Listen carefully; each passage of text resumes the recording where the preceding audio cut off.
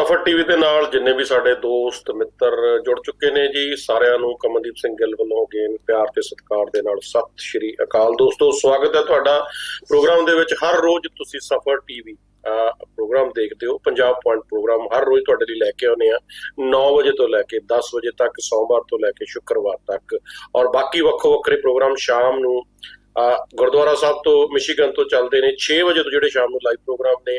ਔਰ ਮਾਰਨਿੰਗ ਦੇ ਵਿੱਚ ਵੀ ਲਾਈਵ ਪ੍ਰੋਗਰਾਮ ਨੇ ਜਿਹੜੇ ਸ਼ੁਰੂ ਹੋ ਜਾਂਦੇ ਨੇ। ਸੋ ਸਾਰਿਆਂ ਨੂੰ ਰਿਕੁਐਸਟ ਆ ਕਿ ਤੁਸੀਂ ਆਪਣਾ ਸਫਰ ਟੀਵੀ ਦਾ ਜਿਹੜਾ ਪੇਜ ਆ YouTube ਦੇ ਉੱਪਰ, ਇੰਸਟਾਗ੍ਰਾਮ ਦੇ ਉੱਪਰ, ਜੋ ਵੀ ਤੁਸੀਂ ਪਲੇਟਫਾਰਮ ਯੂਜ਼ ਕਰਦੇ ਹੋ, ਸੋ ਸਫਰ ਟੀਵੀ ਨੂੰ ਜ਼ਰੂਰ ਲਾਈਕ ਕਰ ਲਓ।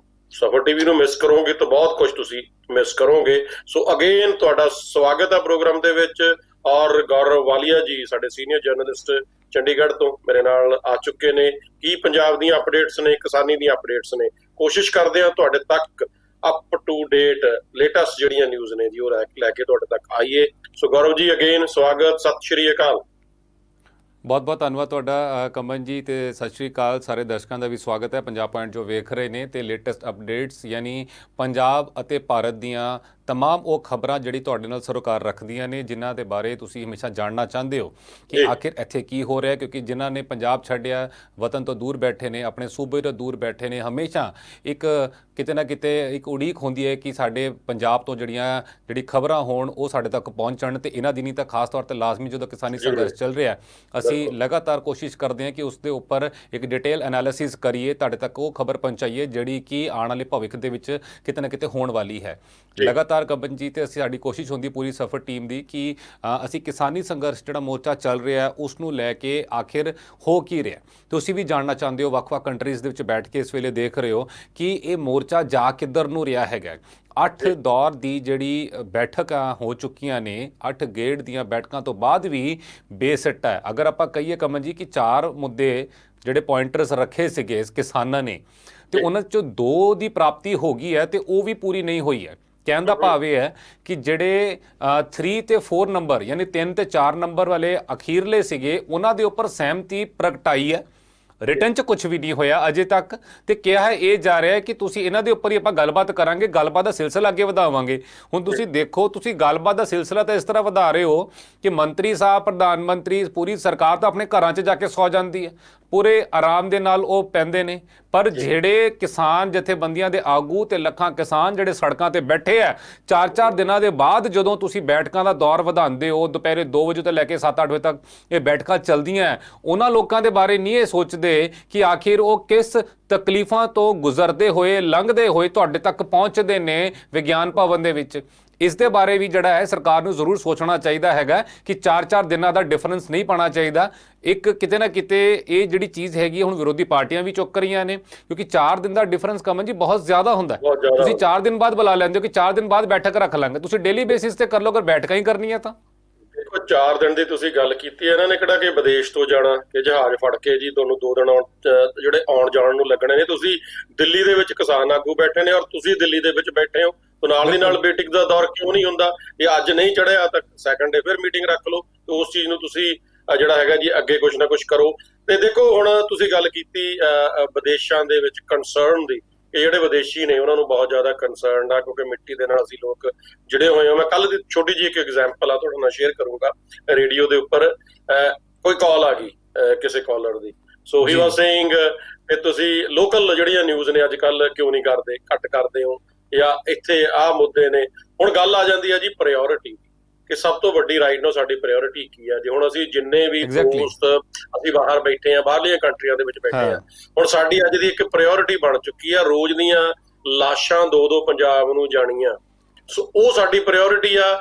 ਜਾਂ ਜੇ ਇੱਥੇ ਮੰਨ ਲਓ ਕੋਈ ਚੋਰੀਆਂ ਹੋ ਰਹੀਆਂ ਨੇ ਜਾਂ ਕੋਈ ਇੰਸ਼ੋਰੈਂਸ ਦੇ ਰੇਟ ਨੇ, ਠੀਕ ਆ, ਅਸੀਂ ਕਹਿੰਦੇ ਇੱਥੇ ਦੇ ਮੁੱਦੇ ਡੈਫੀਨੇਟਲੀ ਅਸੀਂ ਕਵਰ ਕਰਦੇ ਹਾਂ, ਪਰ ਸਾਡਾ ਐਜ਼ ਆ ਜਰਨਲਿਸਟ ਹੋਣ ਦੇ ਨਾਤੇ, ਐਜ਼ ਆ ਰੇਡੀਓ TV ਚਲਾਉਣ ਦੇ ਨਾਤੇ ਸਾਡਾ ਫਰਜ਼ ਬਣਦਾ ਕਿ ਸਾਡੀ ਅੱਜ ਦੀ ਪ੍ਰਾਇੋਰਿਟੀ ਹੈਗੀ ਕੀ। ਔਰ ਅੱਜ ਦੀ ਮੈਨੂੰ ਲੱਗਦਾ ਸਾਡੀ ਸਭ ਤੋਂ ਵੱਡੀ ਪ੍ਰਾਇੋਰਿਟੀ ਹੀ ਕਿਸਾਨੀ ਮੁੱਦਾ। ਸੋ ਇਸੇ ਕਰਕੇ ਕਿਸਾਨੀ ਮੁੱਦੇ ਦੇ ਉੱਤੇ ਗੱਲ ਕਰਨੀ ਬਹੁਤ ਜ਼ਰੂਰੀ ਆ। ਪਰ ਜਿਹੜੇ ਇਹ ਲੋਕ ਨੇ, ਇਹ 4-4 ਦਿਨ, ਹਫ਼ਤਾ-ਹਫ਼ਤਾ, 10-10 ਦਿਨ ਸਿਰਫ ਮੀਟਿੰਗ ਕਰਨ ਨੂੰ ਲਾਉਂਦੇ ਨੇ ਕਿ ਜੀ ਮੀਟਿੰਗ ਕਰਨ ਦੇ ਲਈ ਸਾਡੇ ਕੋਲ ਇਹਨਾਂ ਕੋਲ ਟਾਈਮ ਨਹੀਂ ਹੈਗਾ ਜਾਂ ਕੀ ਹੈ। ਸੋ ਇਹਦੇ ਕਰਕੇ ਬਹੁਤ ਜ਼ਰੂਰੀ ਆ ਕਿ ਜਿਵੇਂ ਤੁਸੀਂ ਕੀਤੀ ਹੈ ਗੱਲ ਕਿ ਇੰਨਾ ਲੰਮਾ ਸਮਾਂ ਹੋ ਗਿਆ ਦਿੱਲੀ ਦੇ ਵਿੱਚ ਬੈਠਿਆਂ ਨੂੰ, ਹਰ ਰੋਜ਼ ਜਿਹੜੀਆਂ ਮੌਤਾਂ ਦੀਆਂ ਖਬਰਾਂ ਆ ਰਹੀਆਂ ਨੇ, ਹਰ ਰੋਜ਼ ਇੰਨੀ ਜਿਹੜੀ ਹਾਰਡ ਲਾਈਫ ਆ ਉਹ ਲੋਕ ਕੱਢ ਰਹੇ ਨੇ ਮੀਂਹ ਦੇ ਵਿੱਚ, ਠੰਡ ਦੇ ਵਿੱਚ। ਸੋ ਕਿਉਂ ਡਿਸੀਜਨ ਇੰਨਾ ਡਿਲੇ ਹੋ ਰਿਹਾ? ਐਗਜ਼ੈਕਟਲੀ, ਬਹੁਤ ਵੱਡੀ ਗੱਲ ਹੈ। ਤੇ ਤੁਸੀਂ ਦੇਖੋ ਜਿਵੇਂ ਹੁਣ ਅਸੀਂ ਪੰਜਾਬ ਪੁਆਇੰਟ ਦਾ ਆਗਾਜ਼ ਕਰ ਰਹੇ ਹਾਂ ਕਿ ਬੀਤੇ ਦਿਨੀ ਜਦੋਂ ਸਾਡਾ ਪੰਜਾਬ ਪੁਆਇੰਟ ਪ੍ਰੋਗਰਾਮ ਚੱਲ ਰਿਹਾ ਸੀ, ਉਸੇ ਵੇਲੇ ਜਿਹੜਾ ਦਿੱਲੀ ਦੇ ਵਿੱਚ ਪ੍ਰਧਾਨ ਮੰਤਰੀ ਨਰਿੰਦਰ ਮੋਦੀ ਦੇ ਨਾਲ ਬੈਠਕ ਚੱਲ ਰਹੀ ਸੀ ਪੰਜਾਬ ਭਾਜਪਾ ਦੇ ਦੋ ਆਗੂਆਂ ਦੇ ਨਾਲ, ਸੁਰਜੀਤ ਜਿਆਣੀ ਜਿਹੜੇ ਸਾਬਕਾ ਮੰਤਰੀ ਨੇ ਸਟੇਟ ਦੇ, ਅਤੇ ਹਰਜੀਤ ਗਰੇਵਾਲ। ਇਹ ਦੋ ਆਗੂਆਂ ਤੋਂ ਜਿਹੜਾ ਪ੍ਰਧਾਨ ਮੰਤਰੀ ਨਰਿੰਦਰ ਮੋਦੀ ਨੇ ਫੀਡਬੈਕ ਲਿੱਤਾ। ਫੀਡਬੈਕ ਕਹਿਣ ਤੋਂ ਭਾਵ ਇਹ ਹੈ ਕਿ ਜਿਹੜੀਆਂ ਖਬਰਾਂ ਸਾਡੇ ਸੂਤਰਾਂ ਦੇ ਵੱਲੋਂ ਤੋਂ ਆ ਰਹੀਆਂ ਹੈ ਕਿ ਇੱਕ ਫਰਸਟ ਹੈਂਡ ਇਨਫੋਰਮੇਸ਼ਨ ਜਿਹੜੀ ਹੈ ਪ੍ਰਧਾਨ ਮੰਤਰੀ ਲੈਣਾ ਚਾਹੁੰਦੇ ਸੀਗੇ। ਹੁਣ ਇਸ ਦੇ ਉੱਪਰ ਵੀ ਚਰਚਾ ਕਰਾਂਗੇ ਕਿ ਫਰਸਟ ਹੈਂਡ ਇਨਫੋਰਮੇਸ਼ਨ ਦਾ ਭਾਵ ਕੀ ਹੋਇਆ, ਪਰ ਹੁਣ ਇਹ ਜਿਹੜੀ ਚਰਚਾ ਹੋਈ ਹੈ ਇਹ ਦੋ ਆਗੂਆਂ ਦੇ ਨਾਲ ਪ੍ਰਧਾਨ ਮੰਤਰੀ ਮੋਦੀ ਦੀ, ਉਸ ਦੇ ਉੱਪਰ ਜਿਹੜਾ ਹੈ ਜੋ ਚੀਜ਼ ਨਿਕਲ ਕੇ ਸਾਹਮਣੇ ਆ ਰਹੀ ਹੈ, ਇਹ ਦੋਹਾਂ ਆਗੂਆਂ ਨੇ ਬੈਠਕ ਤੋਂ ਬਾਅਦ ਆ ਕੇ ਇਹ ਦੱਸਿਆ ਹੈ ਕਿ ਨਰਿੰਦਰ ਮੋਦੀ ਪੰਜਾਬ ਨੂੰ ਲੈ ਕੇ ਚਿੰਤਤ ਸੀਗੇ। ਹੋਰ ਮਸਲਿਆਂ ਦੇ ਨਾਲ ਕਿਸਾਨੀ ਸੰਘਰਸ਼ ਮੋਰਚੇ ਦੇ ਬਾਰੇ ਵੀ ਗੱਲਬਾਤ ਹੋਈ ਹੈ ਤੇ ਉਹਨਾਂ ਨੇ ਕਿਹਾ ਹੈ ਕਿ ਪ੍ਰਧਾਨ ਮੰਤਰੀ ਮੋਦੀ ਸਾਹਿਬ ਕਿਸਾਨਾਂ ਦੇ ਹਿੱਤ ਦੇ ਲਈ ਲਗਾਤਾਰ ਲੱਗੇ ਹੋਏ ਨੇ, ਅੱਗੇ ਵੀ ਲੱਗਣਗੇ। ਜਿਹੜੇ ਬਿੱਲ ਆਏ ਨੇ ਕਿਸਾਨਾਂ ਦੇ ਜਿਹੜੇ ਹੈ ਹਿੱਤ ਦੇ ਵਿੱਚ ਹੈਗੇ ਨੇ, ਲਿਹਾਜ਼ਾ ਕਿਸਾਨਾਂ ਨੂੰ ਮੋਦੀ ਸਾਹਿਬ ਦੀ ਗੱਲ ਮੰਨ ਕੇ ਜਿਹੜੇ ਹੈ ਇਹ ਜਿਹੜੀ ਜ਼ਿੱਦ ਕੀਤੀ ਹੋਈ ਹੈ ਤਿੰਨੋਂ ਕਾਨੂੰਨਾਂ ਨੂੰ ਰੱਦ ਕਰਾਉਣ ਦੀ, ਉਸ ਨੂੰ ਛੱਡ ਦੇਣਾ ਚਾਹੀਦਾ ਹੈਗਾ, ਇੱਕ ਪਾਰਟ। ਦੂਜਾ, ਇਹਨਾਂ ਕਿਸਾਨ ਆਗੂਆਂ ਦੀ ਜਦੋਂ ਵੀ ਬੈਠਕ ਹੁੰਦੀ ਹੈ, ਦੇਖੋ 8 ਦੌੜ ਦੀ ਗੇੜ ਦੀ ਬੈਠਕਾਂ ਹੋ ਗਈਆਂ, ਬੇਸਿੱਟਾ ਰਹੀਆਂ। ਹੁਣ ਜਿਆਣੀ ਸਾਹਿਬ ਤੇ ਗਰੇਵਾਲ ਸਾਹਿਬ ਜਦੋਂ ਬਾਹਰ ਆਉਂਦੇ ਆ ਬੈਠਕ ਤੋਂ ਬਾਅਦ ਮੋਦੀ ਸਾਹਿਬ ਦੇ ਨਾਲ, ਤੇ ਆ ਕੇ ਉਹ ਕਹਿੰਦੇ ਨੇ ਕਿ ਦੇਖੋ 40 ਤਾਂ ਜਥੇਬੰਦੀਆਂ ਹੈਗੀਆਂ। ਹੁਣ 40 ਜਥੇਬੰਦੀਆਂ ਦੇ ਕਿੰਨੇ ਆਗੂ ਨੇ? ਤੇ ਜਿਹੜੀ ਹੈ ਕੋਈ ਇੱਕ ਆਗੂ ਹੋਵੇ, ਦੋ ਹੋਵੇ, ਜਿਹਦੇ ਨਾਲ ਤਾਂ ਅਸੀਂ ਗੱਲ ਵੀ ਕਰ ਲਈਏ। ਹੁਣ ਇੰਨੇ ਆਗੂ ਹੈ, ਕਿਹਦੇ ਨਾਲ ਗੱਲ ਕੀਤੀ ਜਾਵੇ ਦੱਸੋ? ਹੁਣ ਇੰਨੇ ਦੌਰ ਦੀ ਬੈਠਕਾਂ ਹੋ ਗਈਆਂ ਤੇ ਤੁਸੀਂ ਹੁਣ ਜਿਹੜੀ ਤੁਹਾਡੀ ਇਹ ਜਿਹੜੇ ਕਿਸਾਨ ਆਗੂ ਨੇ ਇਹ ਜਿਹੜੇ ਜਾ ਕੇ ਮੰਤਰੀਆਂ ਨਾਲ ਬੈਠਕ ਕਰਦੇ ਨੇ ਕਿ ਉਹ ਬੈਠਕਾਂ ਪੋਸੀਬਲ ਨਹੀਂ ਹੈਗੀਆਂ, ਹੁੰਦੀਆਂ ਨਹੀਂ ਪਈਆਂ, ਬੈਠਕਾਂ ਹੋ ਰਹੀਆਂ। ਤੁਹਾਡੇ ਵੀ ਮੰਤਰੀ ਜਾਂਦੇ ਨੇ, 3-3 ਮੰਤਰੀ ਬੈਠੇ ਆ, ਪੂਰਾ ਲਾਵ ਲਸ਼ਕਰ ਅਫਸਰਾਂ ਦਾ ਹੈਗਾ, ਸਟੇਟ ਦੇ ਅਫਸਰ ਹੁੰਦੇ ਆ, ਯੂਨੀਅਨ ਗਵਰਨਮੈਂਟ ਦੇ ਅਫਸਰ ਹੁੰਦੇ ਆ, ਉਦੋਂ ਪੂਰੇ ਮਾਹੌਲ ਬਣਿਆ ਹੁੰਦਾ ਬੈਠਕ ਦਾ। ਜਿੰਨੇ 40 ਜਿਹੜੇ ਜਥੇਬੰਦੀ ਦੇ ਆਗੂ ਨੇ ਉਸ ਤੋਂ ਵਧੇਰੇ ਤਾਂ ਅਫਸਰ ਬੈਠੇ ਹੁੰਦੇ ਆ ਉੱਥੇ।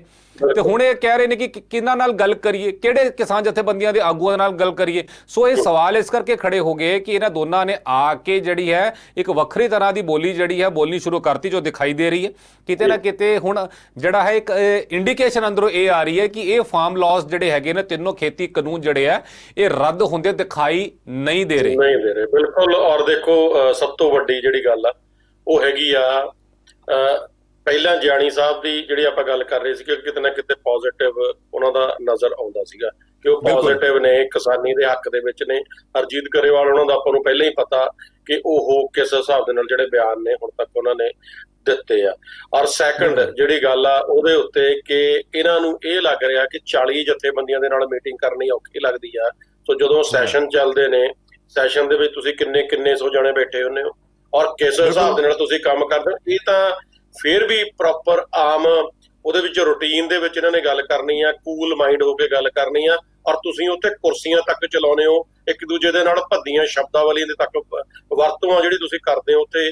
ਤੁਸੀਂ ਉੱਥੇ 500-500 ਜਣਾ ਇਕੱਠਾ ਹੋ ਸਕਦੇ ਹੋ, ਉੱਥੇ ਬੈਠ ਕੇ ਗੱਲ ਕਰ ਸਕਦੇ ਹੋ। ਪਰ ਜਿੱਥੇ ਕਿਸਾਨੀ ਦੀ ਗੱਲ ਆ ਗਈ ਤੇ ਤੁਹਾਨੂੰ 40 ਬੰਦੇ ਵੀ ਤੁਹਾਨੂੰ ਬਹੁਤ ਜ਼ਿਆਦਾ ਜਿਹੜੇ ਕਿਤੇ ਨਾ ਕਿਤੇ ਜਾ ਕੇ ਨਜ਼ਰ ਲੱਗ ਰਹੇ ਨੇ। ਔਰ ਗੌਰਵ ਜੀ ਨਾਲ ਜਦੋਂ ਪਿੱਛੇ ਸੁਪਰੀਮ ਕੋਰਟ ਦੇ ਵਿੱਚ ਗੱਲਬਾਤ ਚੱਲੀ ਸੀਗੀ ਜੀ, ਉਸ ਟਾਈਮ ਦੇ ਉੱਤੇ ਉਹਨਾਂ ਨੇ ਵੀ ਕਿਹਾ ਸੀਗਾ ਕਿ 5 ਮੈਂਬਰੀ ਸ਼ਾਇਦ ਕਮੇਟੀ ਬਣਾਉਣ ਦੀ ਜਿਹੜੀ ਗੱਲ ਆ ਉਹ ਆਖੀ ਸੀ। ਸੋ ਉਹਦਾ ਕੀ ਹੋਇਆ ਜੀ? ਉਹ 5 ਮੈਂਬਰੀ ਕਮੇਟੀ ਅਜੇ ਤੱਕ ਡਿਜ਼ਾਈਨ ਨਹੀਂ ਹੋਈ ਜਾਂ ਕੀ ਆ, ਜਾਂ ਹਜੇ ਕੋਈ ਤਰੀਕ ਦੀ ਬਿਲਕੁਲ ਨਹੀਂ ਹੋਈ, ਉਸ ਦੇ ਉੱਪਰ ਹਾਲੇ ਗੱਲਬਾਤ ਨਹੀਂ ਹੋਈ। ਮਾਮਲਾ ਸੁਪਰੀਮ ਕੋਰਟ 'ਚ ਉਸੇ ਤਰੀਕੇ ਦੇ ਨਾਲ ਹੈਗਾ। ਸੁਪਰੀਮ ਕੋਰਟ ਦਾ ਜਿਹੜਾ ਰਵੱਈਆ ਉਹ ਵੀ ਸੌਫਟ ਹੈਗਾ ਅਜੇ ਤੱਕ, ਤੇ ਉਹਨਾਂ ਦੇ ਵੱਲੋਂ ਇਹ ਵੀ ਕਿਹਾ ਗਿਆ ਕਿ ਜਿਹੜਾ ਇਹ ਅੰਦੋਲਨ ਹੋ ਰਿਹਾ ਬੜਾ ਪੀਸਫੁਲ ਹੈਗਾ ਤੇ ਕਿਸਾਨਾਂ ਨੂੰ ਰਾਈਟ ਹੈਗਾ ਆਪਣੇ ਅੰਦੋਲਨ ਨੂੰ ਕਰਨ ਦਾ, ਆਪਣੀ ਮੂਵਮੈਂਟ ਨੂੰ ਅੱਗੇ ਲਿਜਾਣ ਦਾ। ਦੂਜੀ ਗੱਲ, ਹੁਣ ਤੁਸੀਂ ਦੇਖੋ ਕਿ ਕਿਸ ਤਰੀਕੇ ਦੇ ਨਾਲ 40 ਜਥੇਬੰਦੀਆਂ ਦੀ ਗੱਲ ਆ ਰਹੀ ਹੈ। 40 ਜਥੇਬੰਦੀਆਂ ਦੇ ਆਗੂ ਜਾਂਦੇ ਜ਼ਰੂਰ ਨੇ, ਉਹਨਾਂ 'ਚੋਂ 35 ਕ ਜਾਂਦੇ ਨੇ, 35 ਜਾਂਦੇ ਨੇ ਤੇ 35 ਦੇ 35 ਬੋਲਦੇ ਨਹੀਂ ਅੰਦਰ 5-7 ਹੀ ਬੋਲਦੇ ਆ, ਆਪਸੀ ਸਹਿਮਤੀ ਕਰਕੇ ਬੋਲਦੇ ਆ। ਅਗਰ ਅਸੀਂ ਕਹੀਏ ਕਿ ਜਦੋਂ ਟੇਬਲ ਟਾਕ ਹੁੰਦੀ ਹੈ ਔਨ ਦਾ ਬੋਥ ਸਾਈਡਸ, ਜਦੋਂ ਇੱਕ ਪਾਸੇ ਜਿਹੜਾ ਹੈ ਕੇਂਦਰ ਸਰਕਾਰ ਦੇ ਨੁਮਾਇੰਦੇ ਬੈਠੇ, ਇੱਕ ਪਾਸੇ ਕਿਸਾਨ ਬੈਠੇ ਆ, ਤੇ ਅਗਰ ਇੱਥੇ 40 ਬੰਦੇ ਬੈਠੇ ਦਿਖਾਈ ਦੇ ਰਹੇ ਆ ਤਾਂ ਉਹ 40 ਦੇ 40 ਬੋਲ ਨਹੀਂ ਰਹੇ। ਉਹਨਾਂ ਦੇ ਵਿੱਚੋਂ 4-5 ਹੀ ਬੋਲਦੇ ਆ, ਕਿਉਂਕਿ ਕਿਸਾਨ ਵੀ ਸਮਝਦਾਰ ਨੇ, ਸੂਝਵਾਨ ਨੇ। ਇੱਕ ਟਾਈਮ ਦੇ ਉੱਪਰ ਇੱਕ ਹੀ ਬੰਦਾ ਜਵਾਬ ਦਿੰਦਾ, ਉੱਥੇ ਕੋਈ ਕਾਵਾਂ ਰੋਲੇ ਨਹੀਂ ਪੈ ਰਹੀ ਹੁੰਦੀ। ਕਿ ਕੋਈ ਕੁਝ ਬੋਲ ਰਿਹਾ, ਕੋਈ ਕੁਝ ਬੋਲ ਰਿਹਾ, ਕਿਸੇ ਦੀ ਆਵਾਜ਼ ਅਲੱਗ ਹੈਗੀ, ਕਿਸੇ ਦੀ ਰਾਏ ਵੱਖਰੀ ਹੈ। ਜਦੋਂ ਕਿਸਾਨਾਂ ਨੇ ਕੁਝ ਬੋਲਣਾ ਹੁੰਦਾ, ਜਿਹੜੇ ਸੂਝਵਾਨ ਸਮਝਦਾਰ ਕਿਸਾਨ ਨੇ ਇੱਕ ਰਾਏ 'ਚ ਬੋਲਦੇ ਆ, ਇੱਕ ਟਾਈਮ ਦੇ ਉੱਪਰ ਇੱਕ ਹੀ ਬੰਦਾ ਬੋਲਦਾ ਹੈ। ਬਿਲਕੁਲ ਬਿਲਕੁਲ। ਔਰ ਇਹ ਤਾਂ ਖੈਰ ਦੇਖਿਆ ਜਾਵੇ ਤਾਂ ਇੱਕ ਉਦਾਂ ਹੀ ਸ਼ੋਸ਼ਾ ਛੱਡਣ ਵਾਲੀ ਗੱਲ ਆ। ਰਿਐਲਿਟੀ ਦੇ ਵਿੱਚ ਕੋਈ ਐਡਾ ਕੋਈ ਮਾਇਨੇ ਨਹੀਂ ਰਖਾਉਂਦਾ ਕਿ 5 ਬੰਦੇ ਜਾਂ 10 ਬੰਦੇ ਜਾਂ 50 ਬੰਦੇ ਬੈਠੇ ਆ। ਮੇਨ ਮਕਸਦ ਤਾਂ ਇਹ ਹੈ ਕਿ ਤੁਸੀਂ ਗੱਲਬਾਤ ਸੁਣਨ ਨੂੰ ਤਿਆਰ ਹੋ ਜਾਂ ਨਹੀਂ ਸੁਣਨ ਨੂੰ ਤਿਆਰ ਹੋ। ਔਰ ਜੋ ਲੱਗਦਾ ਸੀਗਾ ਕਿ ਜਿਹੜੀ ਇਹ 2 ਲੀਡਰ ਬੁਲਾਏ ਨੇ ਕਿ ਕਿਤੇ ਨਾ ਕਿਤੇ ਜਾ ਕੇ ਸ਼ਾਇਦ ਜਿਹੜੀ ਕੋਈ ਗੱਲਬਾਤ ਹੋਏਗੀ ਕਿ ਪੋਜ਼ਿਟਿਵ ਰਿਜ਼ਲਟ ਸਾਹਮਣੇ ਆਉਣ ਦੀ ਉਮੀਦ ਹੋਊਗੀ, ਕਿਉਂਕਿ ਜਿਹੜੇ ਪੂਰੀ ਗੱਲਬਾਤ ਕਰਕੇ ਮੋਦੀ ਸਾਹਿਬ ਸ਼ਾਇਦ ਕੋਈ ਨਾ ਕੋਈ ਡਿਸੀਜ਼ਨ ਲੈਣਗੇ। ਪਰ ਮੈਨੂੰ ਲੱਗਦਾ ਪਰਨਾਲਾ ਜਿਉਂਦਾ ਤਿਉਂ ਹੀ ਆ ਅਜੇ ਤੱਕ ਕੋਈ। ਕਮਲ ਜੀ, ਗਰੇਵਾਲ ਸਾਹਿਬ, ਹਰਜੀਤ ਗਰੇਵਾਲ ਸਾਹਿਬ ਜਦੋਂ ਬੈਠਕ ਤੋਂ ਬਾਅਦ ਆਉਂਦੇ ਨੇ ਤੇ ਉਹਨਾਂ ਦਾ ਜਿਹੜਾ ਬਿਆਨ ਆਂਦਾ ਹੈਗਾ, ਜੋ ਸਾਨੂੰ ਪਤਾ ਚੱਲ ਰਿਹਾ, ਉਹਨਾਂ ਦਾ ਕਹਿਣਾ ਹੈ ਕਿ ਇਸ ਅੰਦੋਲਨ ਦੇ ਵਿੱਚ ਮਾਓਵਾਦੀ ਲੋਕ ਆ ਗਏ ਨੇ, ਮਾਓਇਸਟ ਲੋਕ ਆ ਗਏ ਨੇ, ਤੇ ਉਹ ਜਿਹੜੇ ਲੋਕ ਨੇ ਉਹ ਅੜਿੱਕਾ ਬਣ ਰਹੇ ਨੇ ਕਿ ਕਿਸੇ ਵੀ ਪਾਸੇ ਇਸ ਦਾ ਨਿਬੇੜਾ ਨਹੀਂ ਹੋ ਰਿਹਾ, ਕੋਈ ਸੋਲੂਸ਼ਨ ਜਿਹੜਾ ਨਹੀਂ ਨਿਕਲ ਰਿਹਾ। ਹੁਣ ਮਾਓਵਾਦੀ ਦਾ ਭਾਵ ਕੀ ਹੈ ਕਿ ਕੁਝ ਜਥੇਬੰਦੀਆਂ ਦੀ ਆਗੂਆਂ ਦੀ ਵਿਚਾਰਧਾਰਾ ਜਿਹੜੀ ਆ ਉਸ ਨੂੰ ਜਿਹੜਾ ਹੈਗਾ ਲੇਬਲ ਕੀਤਾ ਜਾ ਰਿਹਾ, ਠੱਪਾ ਲਗਾਇਆ ਜਾ ਰਿਹਾ ਕਿ ਇਹਨਾਂ ਦੀ ਵਿਚਾਰਧਾਰਾ ਮਾਓਇਸਟ ਦੇ ਨਾਲ ਮਿਲਦੀ ਹੈਗੀ ਹੈ। ਹੁਣ ਤੁਸੀਂ ਦੱਸੋ ਕਿ ਹੁਣ ਜਿਹੜੇ ਬਾਕੀ ਨੇ, ਸਪੋਜ਼ 1 ਦੀ ਮਿਲਦੀ ਹੋਏਗੀ, 2 ਦੀ ਮਿਲਦੀ ਹੋਏਗੀ, ਕਿ 1 ਜਾਂ 2 ਇੰਨੇ ਪ੍ਰਭਾਵੀ ਹੋ ਗਏ, ਇੰਨੇ ਇਨਫਲੂਐਂਸ ਕਰ ਸਕਦੇ ਨੇ ਕਿ 40 ਜਥੇਬੰਦੀਆਂ ਤੇ ਭਾਰੂ ਹੋ ਰਹੇ ਨੇ ਉਹ? ਬਿਲਕੁਲ ਬਿਲਕੁਲ ਸਹੀ ਹੈ ਤੁਹਾਡੀ ਗੱਲ। ਪਰ ਇਹ ਮੂਵਮੈਂਟ ਨੂੰ ਕਿਤੇ ਨਾ ਕਿਤੇ ਜਾ ਕੇ ਜਿਹੜੀ ਹੈ ਜੀ, ਇਹ ਤਾਂ ਸਿਰਫ ਇਹਨਾਂ ਦੀਆਂ ਬਿਆਨਬਾਜ਼ੀਆਂ ਨੇ।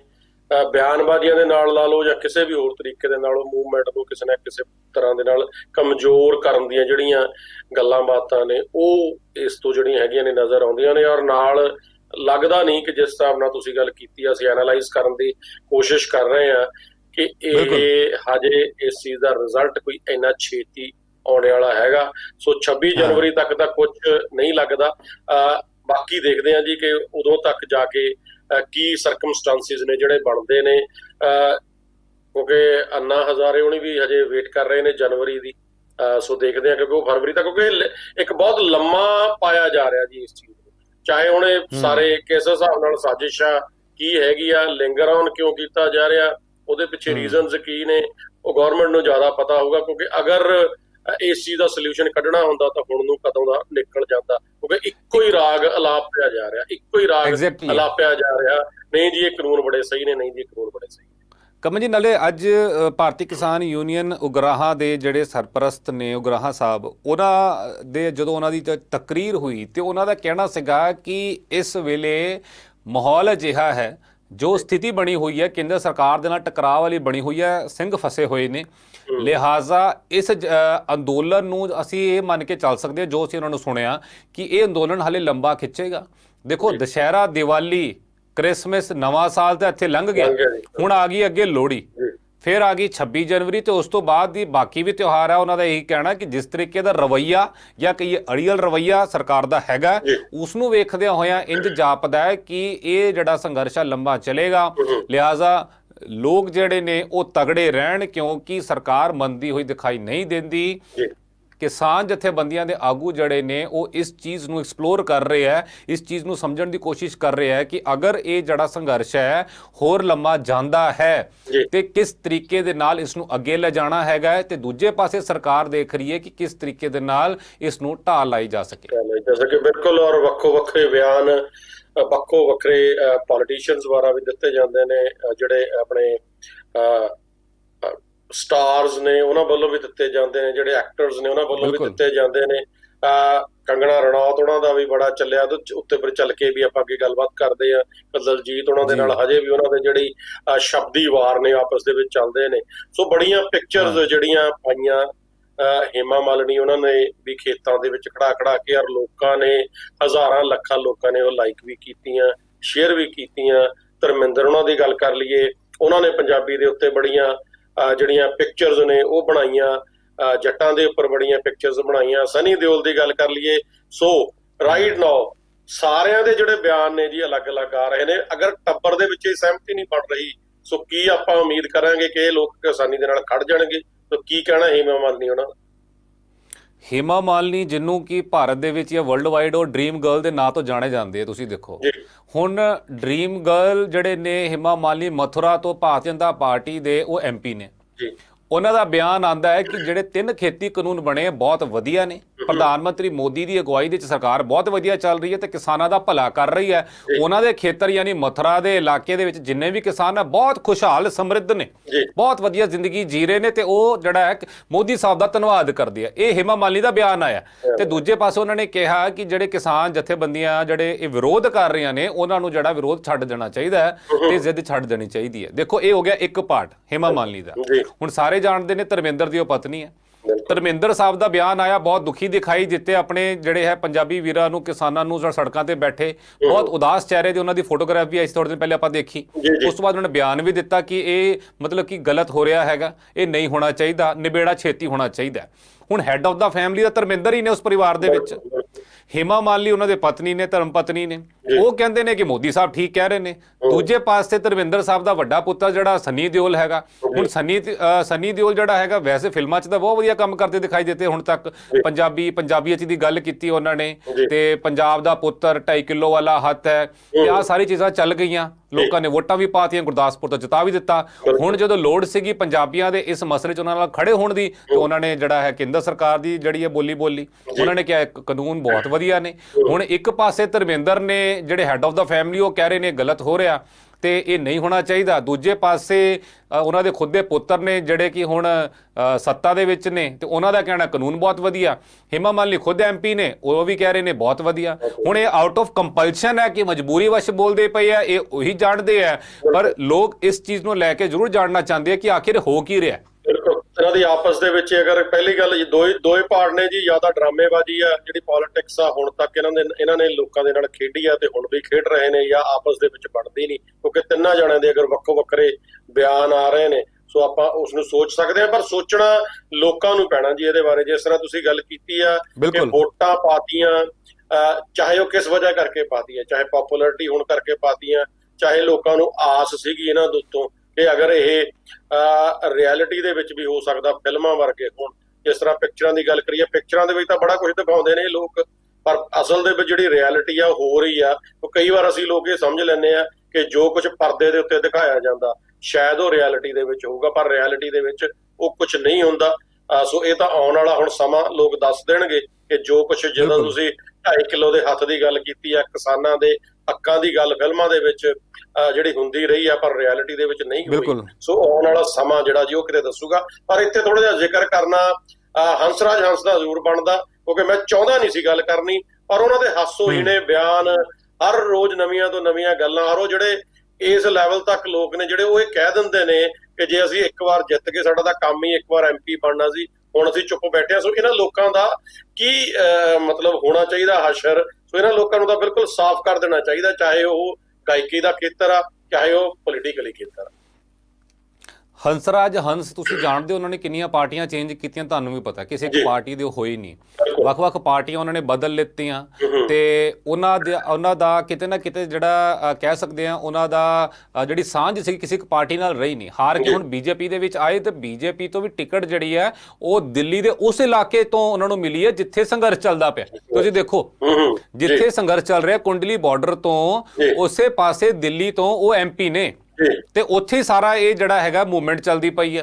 ਹੁਣ ਹੋਣਾ ਤਾਂ ਇਹ ਚਾਹੀਦਾ ਸੀਗਾ ਕਿ ਸਭ ਤੋਂ ਪਹਿਲੇ ਜੇ ਆਪਣੇ ਆਪ ਨੂੰ ਪੰਜਾਬੀ ਕਹਾਂਦੇ ਆ ਕਿ ਮੈਂ ਦੁਆਬੇ ਦਾ ਰਹਿਣ ਵਾਲਾ ਤੇ ਮੈਂ ਪੰਜਾਬੀ ਆ ਤੇ ਮੈਂ ਜਿਹੜਾ ਹੈਗਾ ਅਸਲ ਮੇਰੇ ਲੋਕ ਇੱਥੇ ਪੰਜਾਬ ਤੋਂ ਆਏ ਹੋਏ ਨੇ, ਦੁਆਬੇ ਤੋਂ, ਮਾਝੇ ਤੋਂ, ਮਾਲਵੇ ਤੋਂ ਆ ਕੇ ਬੈਠੇ ਨੇ ਤੇ ਮੈਂ ਉਹਨਾਂ ਨੂੰ ਜਾ ਕੇ ਪੁੱਛਾਂ, ਪਹਿਲੀ ਗੱਲ ਜੋ ਚਾਹੀਦੀ ਸੀਗੀ ਕਿ ਉਹਨਾਂ ਦਾ ਇੱਜ਼ਤ ਮਾਨ ਕਰਦੇ ਬਤੌਰ MP ਕਿ ਉਹਨਾਂ ਦੇ ਬੂਹੇ ਤੇ ਬੈਠੇ। ਦੇਖਿਆ ਜਾਏ ਤਾਂ MP ਦਾ ਹੀ ਬੂਹਾ ਹੋਇਆ ਨਾ ਜੀ, ਇਲਾਕਾ ਤਾਂ ਉਹਨਾਂ ਦਾ ਹੀ ਪੈਂਦਾ।